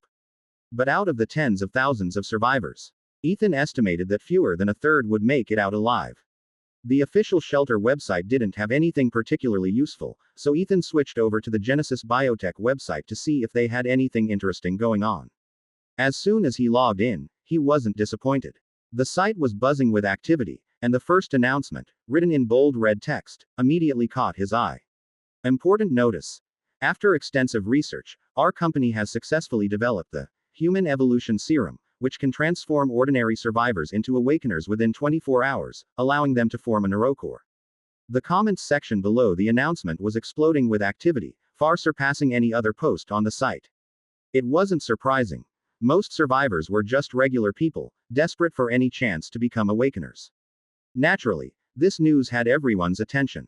Holy crap. They actually did it. Genesis Biotech is insane. I want to buy one. Do they deliver? Deliver. Are you out of your mind? It's the apocalypse. Who's gonna ship it to you? What's the price? How do we buy it? I talked to someone on the inside. They said it costs 3B grade crystal cores for one dose. 3 cores. Are they trying to rob me blind? Quote. Ethan couldn't help but marvel at how good Genesis Biotech was at doing business. A single dose of the Neurocore Evolution Serum for 3B grade crystal cores. That was daylight robbery. Still, he had to admit, technology really was a goldmine in times like these. But this wasn't bad news for Ethan. If this serum became widespread, the world would soon be filled with cherries, ripe for the picking. He scrolled further down the page and saw another announcement. Yesterday, our company successfully captured a B-grade mutant beast, the silverback gorilla, weighing over 5 tons. Whether used for food or research, it holds significant value. Ethan raised an eyebrow. There were no silverback gorillas native to Los Angeles. It must have escaped from a zoo or some other facility during the typhoon. Our company has also detected traces of several other mutant beasts. We will be dispatching the Beast Hunter squad to capture them in the coming days. Additionally, the second-generation Doom Hunter cyborgs developed by our company are now operational. They are highly effective in ensuring survivor safety. To the refugees fleeing from Santa Monica, we welcome you to seek shelter with Genesis Biotech. It was clear that these announcements were just a way for Genesis Biotech to flex their strength, bragging about their evolution serum, capturing massive mutant beasts, and deploying advanced cyborgs. All of it was just a ploy to lure the refugees from Santa Monica into their fold. Still haven't learned your lesson, huh? Running around causing trouble again. Ethan muttered to himself. He remembered how Genesis Biotech had previously formed the so-called Operation King Hunt Squad to hunt him down, the so-called Zombie King. That had ended with him wiping out several of their teams. And now, they'd created the Beast Hunter Squad to hunt mutant beasts. But their confidence wasn't baseless. Ethan recalled something Justin had told him before. The second-generation Doom Hunter cyborgs were created through experiments on Awakeners. Their abilities could be transferred or grafted onto the cyborgs. In other words, these second-gen Doom Hunters didn't just have Awakener abilities. They might even have more than one. Their power far exceeded that of the first generation. At the time, Ethan had been curious about one thing. How many crystal cores would a cyborg like that have inside them? It seemed like it was time to find out. Chapter 106. We're lucky. Previous chapter. Next chapter. The night descended, blanketing the earth in darkness. The entire city seemed to be submerged in ink, pitch black and silent. But when night fell, Los Angeles transformed into a predator's playground. The streets outside were alive with chaos, howls echoed through the air, and the cycle of bloodshed continued unabated. Ethan was trying to track down someone from Genesis Biotech, but it wasn't exactly an easy task. In a city this massive, it was like searching for a needle in a haystack. Among his resources, the one with the sharpest scouting abilities was Buddy Crow. However, even Buddy Crow didn't dare to fly recklessly at night. The skies were dangerous, teeming with predators, mutated raptors, owls, hawks, and the like. But soon, Ethan remembered a certain someone, or rather, something, that might come in handy. He stood up from the couch, and in the blink of an eye, his figure vanished into the shadows. Meanwhile, in a neighboring district, Big Ears was standing in the middle of the street, holding court with a group of his top lieutenants. He was gesturing wildly, his voice full of bravado as he addressed them. Lately, things in LA have been getting messy. Mutated beasts are showing up everywhere, and human awakeners are running around like they own the place. We need to stay sharp. Don't worry, boss. I've been extra careful, one of his underlings chimed in, nodding earnestly. Just today, I ran into a group of humans wandering around our turf, and I didn't even make a move. Big Ear's face darkened. You call that being careful? That's not careful. That's cowardly. His voice rose in frustration. Humans trespass on our turf, and you just let them walk away. And you're proud of it. The underling looked embarrassed. Well, what do you think I should have done, boss? From now on, anyone who steps foot on our turf gets taken out. No exceptions. We defend our territory to the death. Big Ears declared, his tone righteous, like a mob boss delivering a decree. But just as the words left his mouth, a shadowy figure appeared silently behind him, so quiet that no one noticed. One of the underlings standing across from Big Ears caught sight of the figure and immediately froze, his body trembling. Boss. You said no exceptions, right? The underling stammered. That's right. No exceptions. Big Ears repeated, puffing out his chest. The underling's hand shook as he pointed behind Big Ears. What about him? Huh? Big Ears frowned, sensing something was off. He spun around, and his heart nearly stopped when he saw Ethan standing there, staring directly at him. The intensity in Ethan's gaze sent a chill down his spine, and he stumbled back a couple of steps, his soul practically leaving his body. When did this demon show up? Was he here to kill him? Ethan's voice was calm but carried an edge that made Big Ears' knees weak. What were you just saying?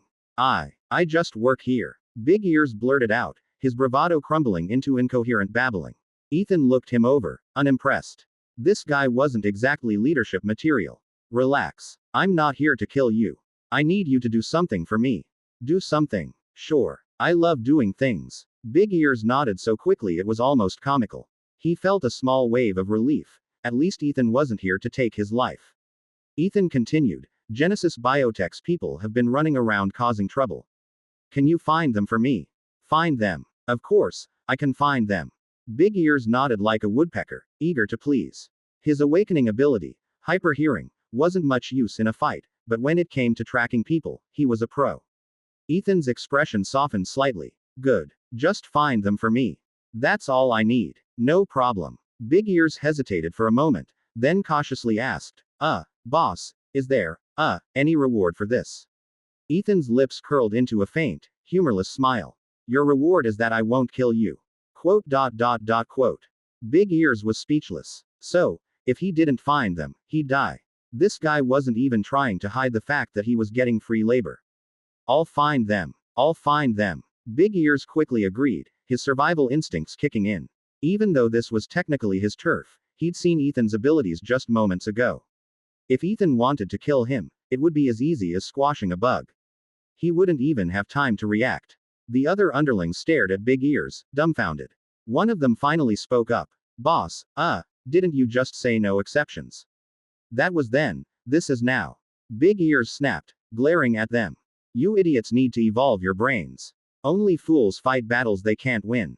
With that, he turned his attention back to Ethan and began using his ability to track the humans.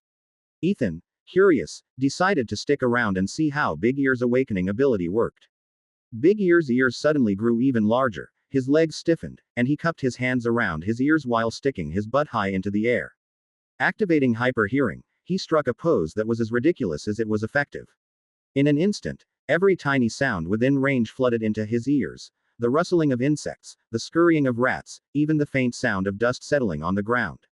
His hearing expanded outward like a ripple, stretching across several miles. I think I've got something. Over this way, Big Ears announced, his voice tinged with excitement. He then pressed one ear to the ground, his legs kicking as he slid forward like a vacuum cleaner, his movements absurdly comical. Ethan stood there, momentarily stunned by the bizarre display. This guy's a real piece of work. Despite the oddity of his technique, Big Ears moved surprisingly fast, gliding along the ground until he disappeared into the darkness ahead. Ethan quickly followed, keeping pace with him. About 20 minutes later, a deafening roar shattered the stillness of the night. The sound was so powerful that it rattled the surrounding buildings, shattering windows in its wake. Ahead, a massive Bengal tiger emerged onto the street. Its muscular frame was enormous, easily weighing over 2,000 pounds. What made it even more striking was its pure white coat, marked with bold black stripes. The creature exuded an aura of raw power and majesty. But the tiger wasn't in good shape. It looked battered and bloodied, its pristine fur stained with crimson. Deep gashes from blades and swords marred its body, and it was clearly on the run. The tiger barreled through the street, leaping and dodging with incredible agility, leaving a trail of destruction in its wake. Cars were smashed and overturned as it charged forward, desperate to escape. Chasing after it was Genesis Biotech's Beast Hunter Squad, a team of 4 humans accompanied by a second-generation cyborg. The cyborg, roughly the same size as a human, had pale gray skin and a bald head. Its eyes lacked any spark of life, betraying its true nature as an AI-controlled machine. Your journey continues with Empire. Boss, look over there. Aren't those humans? Big Ears whispered, crouching behind the wreckage of a car. Yeah, I see them, Ethan replied with a nod, his eyes narrowing. The Beast Hunter Squad didn't seem particularly rushed. They were laughing and chatting as they pursued the tiger, confident that their prey had no chance of escape. The cyborg's cold, mechanical voice broke through the chatter. Scanning. Calculating escape trajectory. Initiating ice prison. It raised its hand, its movements precise and calculated. A series of massive ice spikes, each 5 to 6 meters long, began to form in midair. SHHHK. SHHHK. SHHHK. The ice spikes shot downward in rapid succession, piercing the tiger's body and pinning it to the ground. The spikes formed a cage-like structure, trapping the beast in place. Roar. The tiger let out a pained howl, blood pooling beneath it as its struggles grew weaker. It was completely immobilized. Ha! Got it. The squad leader, a young man, exclaimed triumphantly. Man, we're lucky, one of the female team members said, grinning. A mutated tiger like this. What a find. The young man glanced at the cyborg beside him, a hint of admiration in his eyes. This second-gen Doom Hunter is seriously impressive. Its computational power, combined with its awakening abilities, makes every move it makes absolutely flawless. It's way better than us. Thank you for the compliment. You're not bad yourself, the cyborg replied in its monotone, mechanical voice. Its AI programming allowed it to hold conversations with humans seamlessly. The Doom Hunter was a new experimental model, and this was the squad's first time taking it out into the field. Watching it in action, they couldn't help but marvel at its capabilities. Man, this thing is just so cool. Chapter 107 Max. Previous chapter. Next chapter. Do you guys think, if AI keeps evolving, will it eventually replace humanity? A short, chubby young man asked. The girl next to him replied, I think it's very possible. At headquarters, there was even a case where an AI tried to deceive researchers to gain more access. Yikes. The group shuddered at the thought. In this post-apocalyptic world, they realized that the ultimate rulers of the planet might not be humans, zombies, or mutated beasts, it could very well be artificial intelligence. The girl continued, and headquarters has already started developing third-generation cyborgs. They're supposedly using liquid metal, which massively enhances their self-repair capabilities. They can even change their body shape at will. That's, honestly, more perfect than humans. Someone in the group exclaimed in awe. Heh. The chubby young man chuckled and said, if you ask me, liquid metal would make a great sex doll. You could customize the body however you want. Ew. Dude, seriously. That's disgusting. Someone groaned, while the others rolled their eyes. Laughing and joking, they continued walking toward the mutated white tiger in the distance. But as they got closer, the girl suddenly frowned. She was a psychic awakener, and it seemed like she had sensed something. Captain, there are zombies nearby. She warned. What? The young man's expression turned serious. Over there. The girl pointed in a specific direction. With her abilities, she couldn't detect Ethan, but she had picked up on Big Ears instead. Hearing this, the group immediately turned their attention toward the wrecked vehicles. Shit. Boss, we've been spotted by humans, Big Ears started to say, but when he turned his head, he realized Ethan's figure had already disappeared. Goddammit. Big Ears cursed under his breath, suddenly feeling a wave of panic. At that moment, the cyborg's cold, mechanical voice rang out, scanning. Evolution level. B class. Estimated combat power. 50. Ha. Just a weak-ass zombie with a combat power of 50. The young man relaxed visibly after hearing the analysis. The chubby guy chimed in, don't worry. There aren't any powerful zombie kings in this area. If there were, we wouldn't be seeing mutated white tigers roaming around. Yeah, that's true. If this were one of those dangerous 5-star zombie nests, forget the white tiger, even a mutated T-Rex would get torn apart, the girl agreed with a nod. Facing Big Ears, the group let their guard down. A B-class zombie with such low combat power wasn't even worth worrying about, they could handle it easily. Alright, let's just treat this as a little bonus, the young man said, his gaze sharpening as he prepared to attack. Big Ears was growing more and more frantic. Guys, get over here and help me out. He shouted. At his command, a series of guttural growls echoed from the darkness behind him. His elite underlings were responding to the call. One by one, terrifying faces emerged from the shadows. Some leapt onto the wrecked vehicles, while others climbed along the walls, their movements fierce and menacing. Still not a big deal. The young man leading the group remained calm. Even surrounded by these zombies, as long as there wasn't a powerful zombie king among them, they were confident they could fight their way out. Get ready for battle, the young man ordered, his energy flaring up around him. Enjoy new chapters from Empire. Wait a second. The girl suddenly called out, her brow furrowing even deeper. Huh, what now? The group turned to her, puzzled. But the girl's expression had grown incredibly grim, her face pale with an overwhelming sense of dread. A suffocating feeling of danger washed over her, making her heart pound wildly. It was as if death itself was looming over her. There's something else nearby, she said, her voice trembling. Where? The 5 men, seeing how serious she was, immediately tensed up, scanning their surroundings. The girl clenched her teeth, her psychic energy spreading out as she tried to pinpoint the source. Suddenly, her eyes widened in sheer terror. He's right. Before she could finish her sentence, her body froze. Her mouth hung open, but no sound came out. A tall, slender figure materialized behind her, as if emerging from thin air. Without hesitation, the figure reached out, plunging a hand into her skull and pulling out a glowing crystal core. You guessed right. Your reward is death, Ethan said coldly. The girl's lifeless body crumpled at his feet, her wide-open eyes still frozen in terror, capturing the fear she felt in her final moments. Hiss. The three young men gasped sharply, instinctively taking a few steps back. The white shirt. The strikingly handsome face. It couldn't be. A horrifying realization began to dawn on them, and their expressions turned to sheer panic. Who said there weren't any powerful zombie kings around here? Fuck. How was I supposed to know he'd show up here? The chubby young man's teeth were chattering as he spoke. The zombie king standing before them wasn't just any ordinary threat. He was the nightmare of Genesis Biotech and the undisputed ruler of Los Angeles.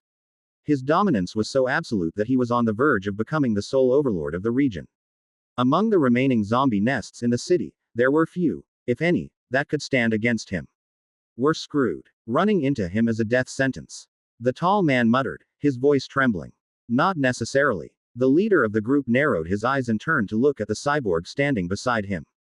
This was their last hope. The plan was simple. Sacrifice the cyborg to buy some time. If it could hold off the zombie king for even a moment, they might have a slim chance to escape. Slim, but better than nothing.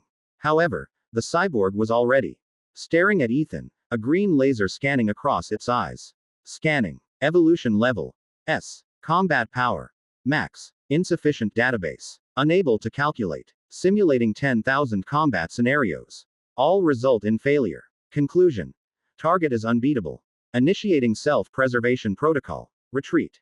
The cyborg's mechanical voice finished its analysis, and without hesitation, it began stepping backward. Then, in a flash, it turned and bolted, moving at an incredible speed. Wait, what? The three men were dumbfounded, their faces plastered with expressions of disbelief. What the hell just happened? They had planned to use the cyborg as a decoy while they escaped, but it had taken off before they even had a chance to run. The cyborg wasn't just a mindless machine blindly following orders. It had an advanced AI capable of independent thought. And when it realized it couldn't win, it made the logical choice: run for its life. Goddamn it. I was just praising it earlier, but now it feels like it's worse than the first generation. The leader cursed through gritted teeth. The chubby man added, "This isn't the time to complain. We need to run too. Run." The leader shouted, spinning around to flee. But in that instant, all three of them froze. Their bodies felt as if they were trapped in quicksand, weighed down by an immense pressure. Their bones creaked and popped under the strain, and they couldn't move a muscle. Their speed was no match for the terrifying domain of the dead that Ethan had unleashed. The oppressive force spread out, enveloping them completely. Ethan moved in a blur, his figure flashing past the three men. In his hand, a sleek tachi materialized, its blade gleaming ominously. With a single, fluid motion, he swung the blade in a wide arc. Schlunk. The razor-sharp tachi sliced cleanly through their skulls, as if cracking open watermelons. Their heads split open, and three glowing crystal cores popped out, spinning through the air. With a casual wave of his hand, Ethan collected both the bodies and the crystal cores. Then, without a word, his figure vanished into the shadows, leaving no trace of his presence. This is what combat power max looks like. Big Ears muttered, his eyes wide with awe. He was completely stunned. Watching Ethan kill three Awakeners was like watching someone casually stroll through a park. It was effortless, almost lazy. Boss, what does max even mean? One of Big Ear's elite underlings asked curiously. You idiot. I keep telling you your IQ is too low. How do you not know what max means? Big Ears snapped, glaring at him with disdain. After a moment, he sighed and explained, Max, it means 50. Chapter 108. I already know who's going to win. Previous chapter. Next chapter. The zombie underling did some quick mental math. Max equals 50, and their boss's combat power was exactly 50. In other words, the boss was Max, an absolute powerhouse. Damn, boss, you're incredible. Big Ears ignored the underling's flattery and ran out into the street. The earlier fight had left blood splattered everywhere. He crouched down, dipped a finger into a puddle of blood, and casually stuck it into his mouth. Don't waste it. ... Meanwhile, the cyborg was fleeing at full speed, its movements agile and precise. Its brain was already calculating the optimal escape route. With a powerful leap, it launched itself onto the wall of a tall building, kicked off for momentum, and vaulted onto the rooftop. Escaping via rooftop increases success probability by 23.168%. It continued calculating as it ran. But just as it reached the rooftop and took a few steps forward, a tall, shadowy figure emerged from the darkness ahead. Cold, emotionless eyes locked onto it. Reset to 0. The cyborg froze in place. The situation before it was beyond its data parameters, impossible to compute. Initiating attack test. The palms of its hands began to glow with intense heat as two fireballs formed, radiating scorching energy. Ethan immediately understood. This cyborg had been implanted with two awakened abilities, ice and now fire. The fireballs grew brighter, their heat pushing back the surrounding darkness. Then, with a sudden burst, the cyborg hurled them at Ethan. The trajectory was precise, calculated to perfection. But it didn't matter. Ethan didn't even bother dodging. His domain of the dead expanded outward, unleashing an overwhelming pressure that deflected the fireballs. In the blink of an eye, Ethan's figure flickered and reappeared right in front of the cyborg. Ice wall. The cyborg showed no fear. Even when cornered, it remained calm and continued to fight. Frost rapidly condensed in front of it, forming a thick wall of ice to block Ethan's advance. But a Tachi blade sliced through the ice wall effortlessly, cutting it apart, and in the same motion, slashed through the cyborg's head. Its eyes dimmed instantly. Even so, the recording components within its body continued to function. Combat failure. Battle data uploaded to cloud database. Shutting down. All artificial intelligence shared a single database. If another cyborg encountered a similar situation in the future, it could access this data for analysis. In essence, every encounter added to their collective combat experience. This was the terrifying aspect of AI, they evolved at an alarming rate. It was like a central brain, controlling countless extensions, each one constantly learning and improving. This thing's pretty sophisticated, Ethan muttered as he examined the cyborg's exposed body. Its insides were filled with intricate metal components, and sure enough, there were two crystal cores, one for ice and one for fire. Interestingly, the cores weren't located in its head but embedded in its left and right chest cavities. Ethan didn't dwell on it. He simply took the crystal cores and the cyborg's body for himself. Discover hidden stories at Empire. Afterward, he returned to the street where the injured mutant Bengal tiger lay. Welcome back, boss. Big Ears greeted Ethan with a sycophantic grin, practically wagging his tail like a loyal dog. With the cyborg defeated, the ice spikes that had trapped the tiger had all melted away. But the tiger remained sprawled on the ground, its fur matted with blood. Its breathing was labored, and its life force was fading fast. It was on the brink of death. Grr. The tiger let out a low whimper as Ethan approached. Its eyes, dim and lifeless moments ago, suddenly glimmered faintly, as if it were experiencing a final burst of clarity. In those eyes, there was a trace of gratitude. All living things had a soul. The white tiger seemed to be thanking Ethan for killing those despicable humans. Now, it could die in peace. Ethan glanced down at the tiger, noticing its lingering vitality and intelligence. It was clear this creature had potential. Letting it die and simply turning it into a meal felt like a waste. He considered his options. Taking it under his wing might be a better choice. It could become a powerful ally in the future. With that thought, Ethan slowly raised his hand. Using the nail of his index finger, he sliced open the pad of his thumb, letting a single drop of crimson blood fall. The drop of Zombie King's blood landed directly on the tiger's wound. Roar. The tiger let out a low growl, its body writhing as if it were being scorched by flames. The pure energy of the Zombie King's blood coursed through its veins. The white tiger began to convulse violently, its bones cracking and popping as its body underwent a terrifying transformation. It was the beginning of zombification. The wounds on its body started to heal at an astonishing speed. Within moments, the tiger's injuries were completely gone. With a powerful twist, the tiger rolled over and stood up. Roar. Its ferocious roar shattered the silence of the night, echoing through the city. The sound was so intense that the windows of nearby buildings exploded into shards of glass. The tiger, already exuding a regal aura in life, now radiated an even more overwhelming presence. The infusion of the Zombie King's blood had made it even more domineering.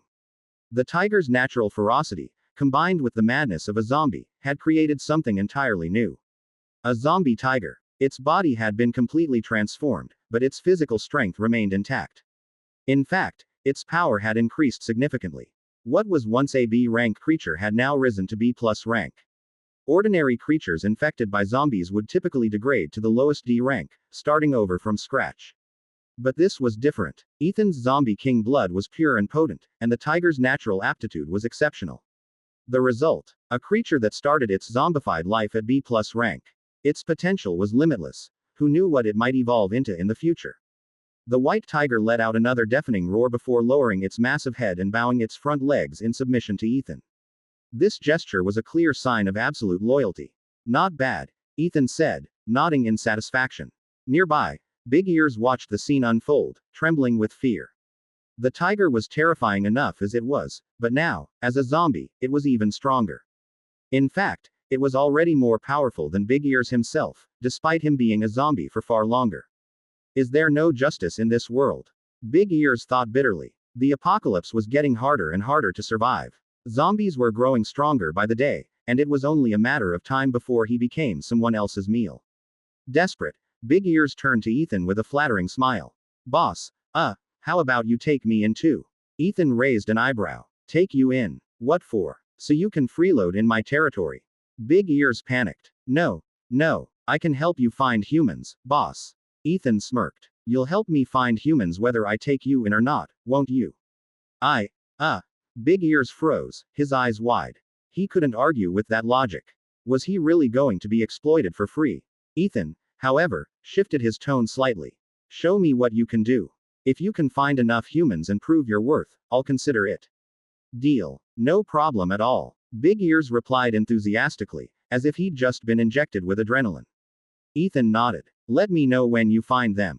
With that, he turned and walked away, the newly zombified tiger following closely behind. The two disappeared into the darkness, leaving Big Ears standing there, staring after them. Once they were gone, Big Ears turned to his group of elite underlings and gestured for them to gather around. Listen up. From now on, he's our boss. Got it? You'd better behave yourselves and not screw this up for me. But, what about the zombie king across the river? One of the underlings asked hesitantly. Forget about them, Big Ears said decisively. The underling tilted his head, confused. This wasn't what Big Ears had said earlier. Boss, didn't you say we'd wait to see who won and then side with the victor? Do we really need to wait? I already know who's going to win, Big Ears replied with a sly grin. Chapter 109 BS. Previous chapter. Next chapter. Ethan returned to the area near the building and gathered his crew to introduce their new companion, the zombie tiger. He even gave it a name, Snowy. Bulldozer found the whole thing fascinating. Squatting down, he clapped his hands to get the tiger's attention. Snowy, come here, come on. But Snowy completely ignored him, turning its head away. Instead, it rubbed its massive head affectionately against Laura, clearly favoring her. Bulldozer was speechless, feeling like he didn't have much luck with animals. At least this tiger couldn't talk back and insult him. Hey, can you ride this thing? Let me take it for a spin. Bulldozer's curiosity quickly turned into a new idea. Forget it, Laura cut him off. It's a perfectly good tiger. Don't turn it into a camel. Meanwhile, PhD was crouched on the ground, fiddling with a broken, metal man. It was the remains of the cyborg they had fought earlier, now reduced to scraps after their meal. PhD had always had a habit of dissecting his food while eating, studying its structure. Now, he was completely engrossed in taking apart the cyborg's components, piece by piece. When he got to the head, he removed a lens connected to a small device. As he pressed a button, the lens emitted a faint green glow, and a scanning beam began moving up and down. PhD seemed to realize something. He placed the lens over his left eye and turned to look at Laura. The green beam swept across her body, and data began to appear around the edges of the lens. Scanning. Mutation grade. A. Estimated combat power. 316. A grade. PhD muttered under his breath. With his sharp mind, he quickly figured out the lens's purpose. Laura noticed him staring and turned to ask curiously, "What's the thing you're wearing?" "It's some kind of human tech. It analyzes mutation levels and combat power. I'm an A grade." Laura wasn't too concerned about rankings. She'd always believed that as long as she could win a fight, the rest didn't matter. PhD nodded. "Yeah, that's already really strong." She, A grade and strong. Bulldozer, standing nearby, wasn't having it. He straightened up, clearly unwilling to be outdone. "If she's A grade, then I've gotta be S grade. Come on, scan me." PhD adjusted the lens and scanned Bulldozer. Scanning. Mutation grade. B+. Estimated combat power. 289. Well, am I S grade? Bulldozer asked eagerly, his eyes practically sparkling with anticipation. PhD, keeping a completely straight face, nodded seriously. Yep, you're BS grade. BS. Bulldozer froze for a moment, then the gears in his head started turning. BS. That's one more letter than S. That must mean he's even stronger. A smug grin spread across his face. I knew it. I'm just built different. ... The dark night passed quietly. As the sun rose, its light spread across the desolate wasteland. The city of the apocalypse remained as broken and scarred as ever. Big Ears, however, hadn't rested all night. Determined to prove his worth and join Ethan's crew, he'd been tirelessly searching for signs of humans. Pressing his oversized ears to the ground, he crawled back and forth, listening intently. He repeated this process over and over. By the time he was done, he'd unintentionally polished a good portion of the street with his movements. Boss, any luck? One of his subordinates asked. Nothing, Big Ears replied, standing up and shaking out his floppy ears. S were incredibly rare in the city. Even Genesis Biotech's beast hunter squads operated in separate zones, with each team assigned to a specific area to avoid wasting resources. After the squad they encountered last night was wiped out, no others had shown up. I think we should try searching near the city's edge, Big Ears mused aloud.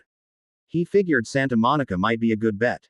That area had been flooded by seawater, and there was a decent chance humans would head toward Los Angeles from there.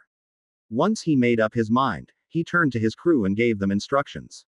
I'm heading out to look around. You guys stay here and keep an eye on things. If anything happens, head straight to Ethan's territory.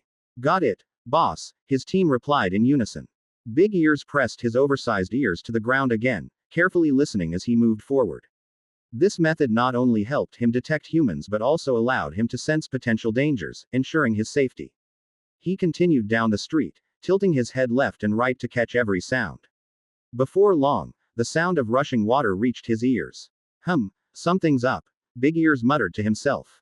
Following the noise, he unknowingly arrived at the riverbank. That's when he heard the heavy thud of approaching footsteps. Looking up, he spotted a hulking figure in the distance. Hey, Bulldozer. It's me, Big Ears called out cheerfully. Oh, it's you, kid. Bulldozer recognized him immediately. He knew of Big Ears, one of the zombie kings, and glanced down at him with a raised brow. What are you doing? Playing Minesweeper or something? No, not at all. Big Ears waved his hands frantically, putting on his most flattering smile. I just thought, you've been working so hard patrolling, so I came over to help out. Not bad, kid. Bulldozer crossed his arms, clearly pleased with the response. Big Ears' eyes darted around as he quickly added, I mean, out of all the 5 lords under our boss, you're definitely the hardest working one. If it weren't for you holding things down, this place would have fallen apart ages ago. True. You've got a good eye. Bulldozer's grin widened, his chest puffing out a little. Of course, Bulldozer, you're the backbone of this whole operation, the strongest, the most responsible.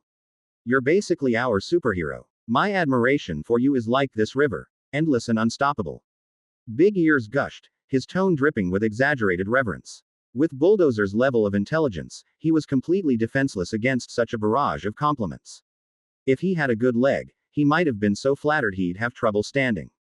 Before long, the two were walking shoulder to shoulder, arms slung around each other like old friends. Big Ears, if you ever need anything, just come to me. Bulldozer said, clapping him on the shoulder with a hearty laugh.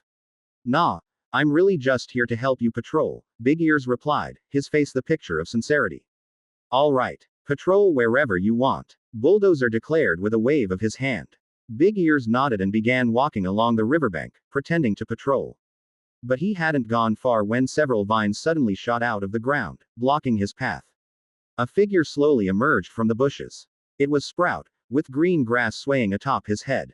His narrowed eyes scanned Big Ears from head to toe, suspicion written all over his face. Ah! Big Ears yelped, stumbling back a few steps in surprise. Before he could recover, he felt another gaze boring into him. Turning around, he saw Laura standing silently behind him, her expression cold and unreadable. Holy crap!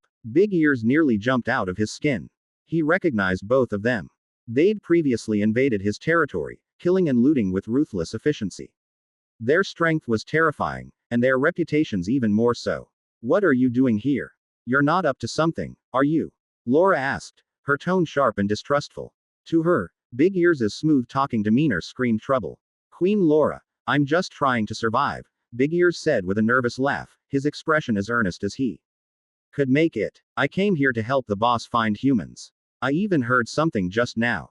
Big Ears, don't give me that, Bulldozer interrupted, frowning. There's no way anything like that would show up in my patrol area. All right, enough, Laura cut in, silencing them both. Let him look. If he doesn't find anything, he's not leaving here alive. Big Ears froze, his face darkening. Isn't that a bit extreme? He thought to himself. Enjoy exclusive content from Empire. Laura's suspicion wasn't unfounded. She worried that Big Ears might be a spy sent by another zombie king to gather intel and report back. The only way to prove he wasn't lying was for him to actually find humans. And until then, his life hung by a thread. Chapter 110. A snake will always be a snake. Previous chapter. Next chapter. Alright then, Big Ears sighed, finally giving in and continuing his search for humans. When life gives you lemons, you make lemonade. Meanwhile, over at Genesis Biotech, the atmosphere was grim. Nathan, the person in charge, sat in his office with a face that looked like he'd just swallowed a lemon. Donovan had barely gotten off the plane before being taken out by zombies. To make matters worse, one of the newly deployed second-generation cyborgs had also been killed last night. And now, to top it all off, the company had called for a North American regional leadership meeting to present progress reports. How was he supposed to report this mess? He could already imagine the other branch leaders laughing at him behind his back. Glancing at the clock, he realized the meeting was about to start. With no other choice, Nathan braced himself, grabbed the VR headset on his desk, and put it on. Genesis Biotech held its meetings in a virtual reality space. As the device powered on, his vision went dark. When it cleared, he found himself seated in a sleek, futuristic virtual conference room. Around the table, glowing outlines of human figures began to materialize, gradually solidifying into the forms of the other branch leaders, some men, some women. Enjoy exclusive content from Empire. At the head of the table sat a sharply dressed middle-aged man. This was Richard Williams, the North American Regional Director of Genesis Biotech. Is everyone here? Richard asked, his gaze sweeping across the room. Let's not waste time. We're all busy, so let's get straight to it. Each branch leader, give your progress report. Sophia, you go first. Of course. Our San Bernardino branch is progressing smoothly. All the high-level zombie lords in the city have been eliminated, and we've achieved complete control over the area, Sophia reported confidently. She was stunning. Flawless skin, delicate features, and an air of authority that screamed, "Boss lady." She had the kind of presence that could silence a room. The other leaders couldn't help but chime in with admiration. Wow, Sophia, that's impressive. You've already got the situation under control. How does she do it? Her skills are on another level. Nathan glanced around nervously, staying silent as he instinctively lowered his head a little. Richard nodded approvingly. Excellent work. Next.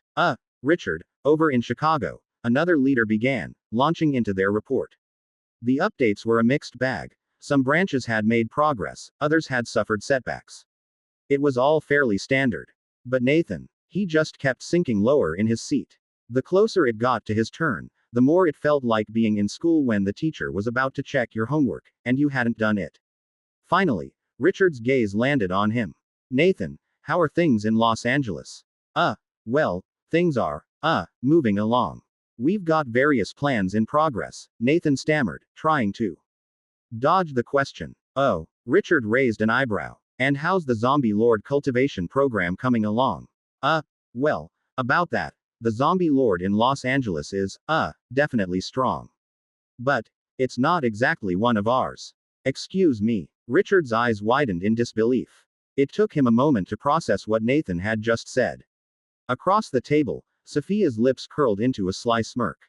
Mr. Nathan, you're being too modest. Surely the zombie lord's strength is at least partially thanks to your efforts. That was an accident, Nathan muttered, forcing himself to keep a straight face. Inside, though, he was fuming. This damn woman, always looking for a chance to throw me under the bus. He and Sophia had never gotten along. They were classic workplace rivals, constantly at odds. Richard's expression darkened. Nathan, what's going on? Richard, That zombie lord is ridiculously strong, practically unstoppable. There's nothing I can do. Nathan whined, his voice full of frustration.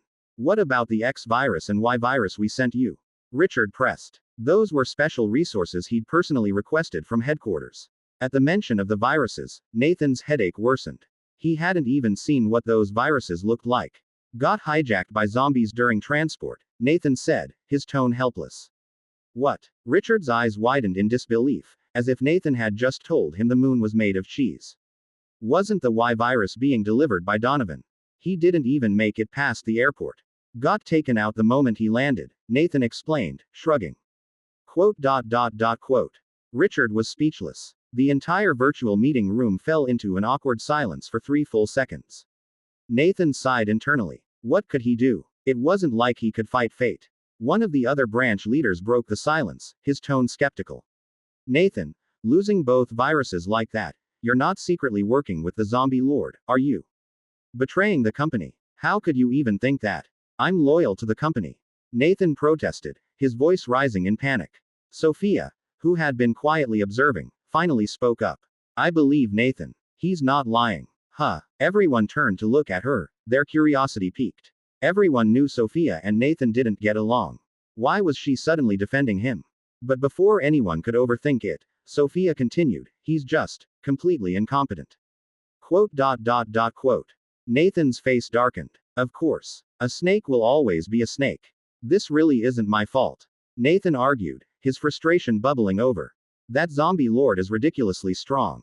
He's got some kind of bizarre abilities. His power is at least A level, maybe higher. We're just not equipped to handle something like that. Sophia let out a cold laugh. Oh, and what if I sent 4 A-level awakeners, plus an A+ grade tri-ability cyborg? How would your zombie lord handle that? Her tone was sharp, almost mocking.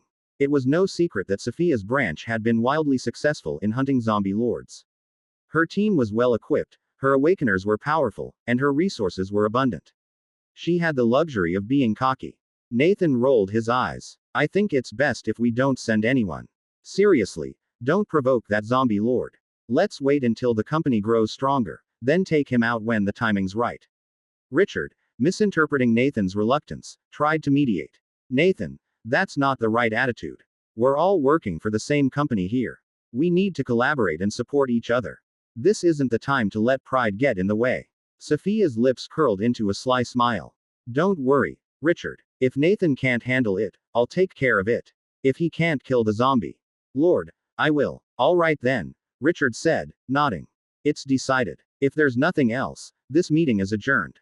At the edge of Ethan's territory, the sound of rushing water filled the air as a river flowed steadily by. Big Ears was still searching for humans. He crouched low, pressing his oversized ear to the ground as he walked along the riverbank.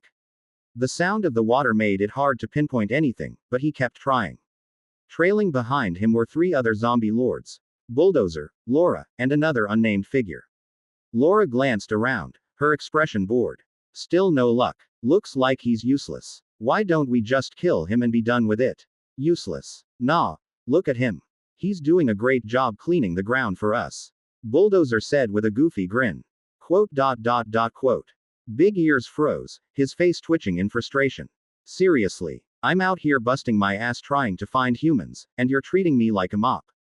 But just as he was about to snap, his ears twitched.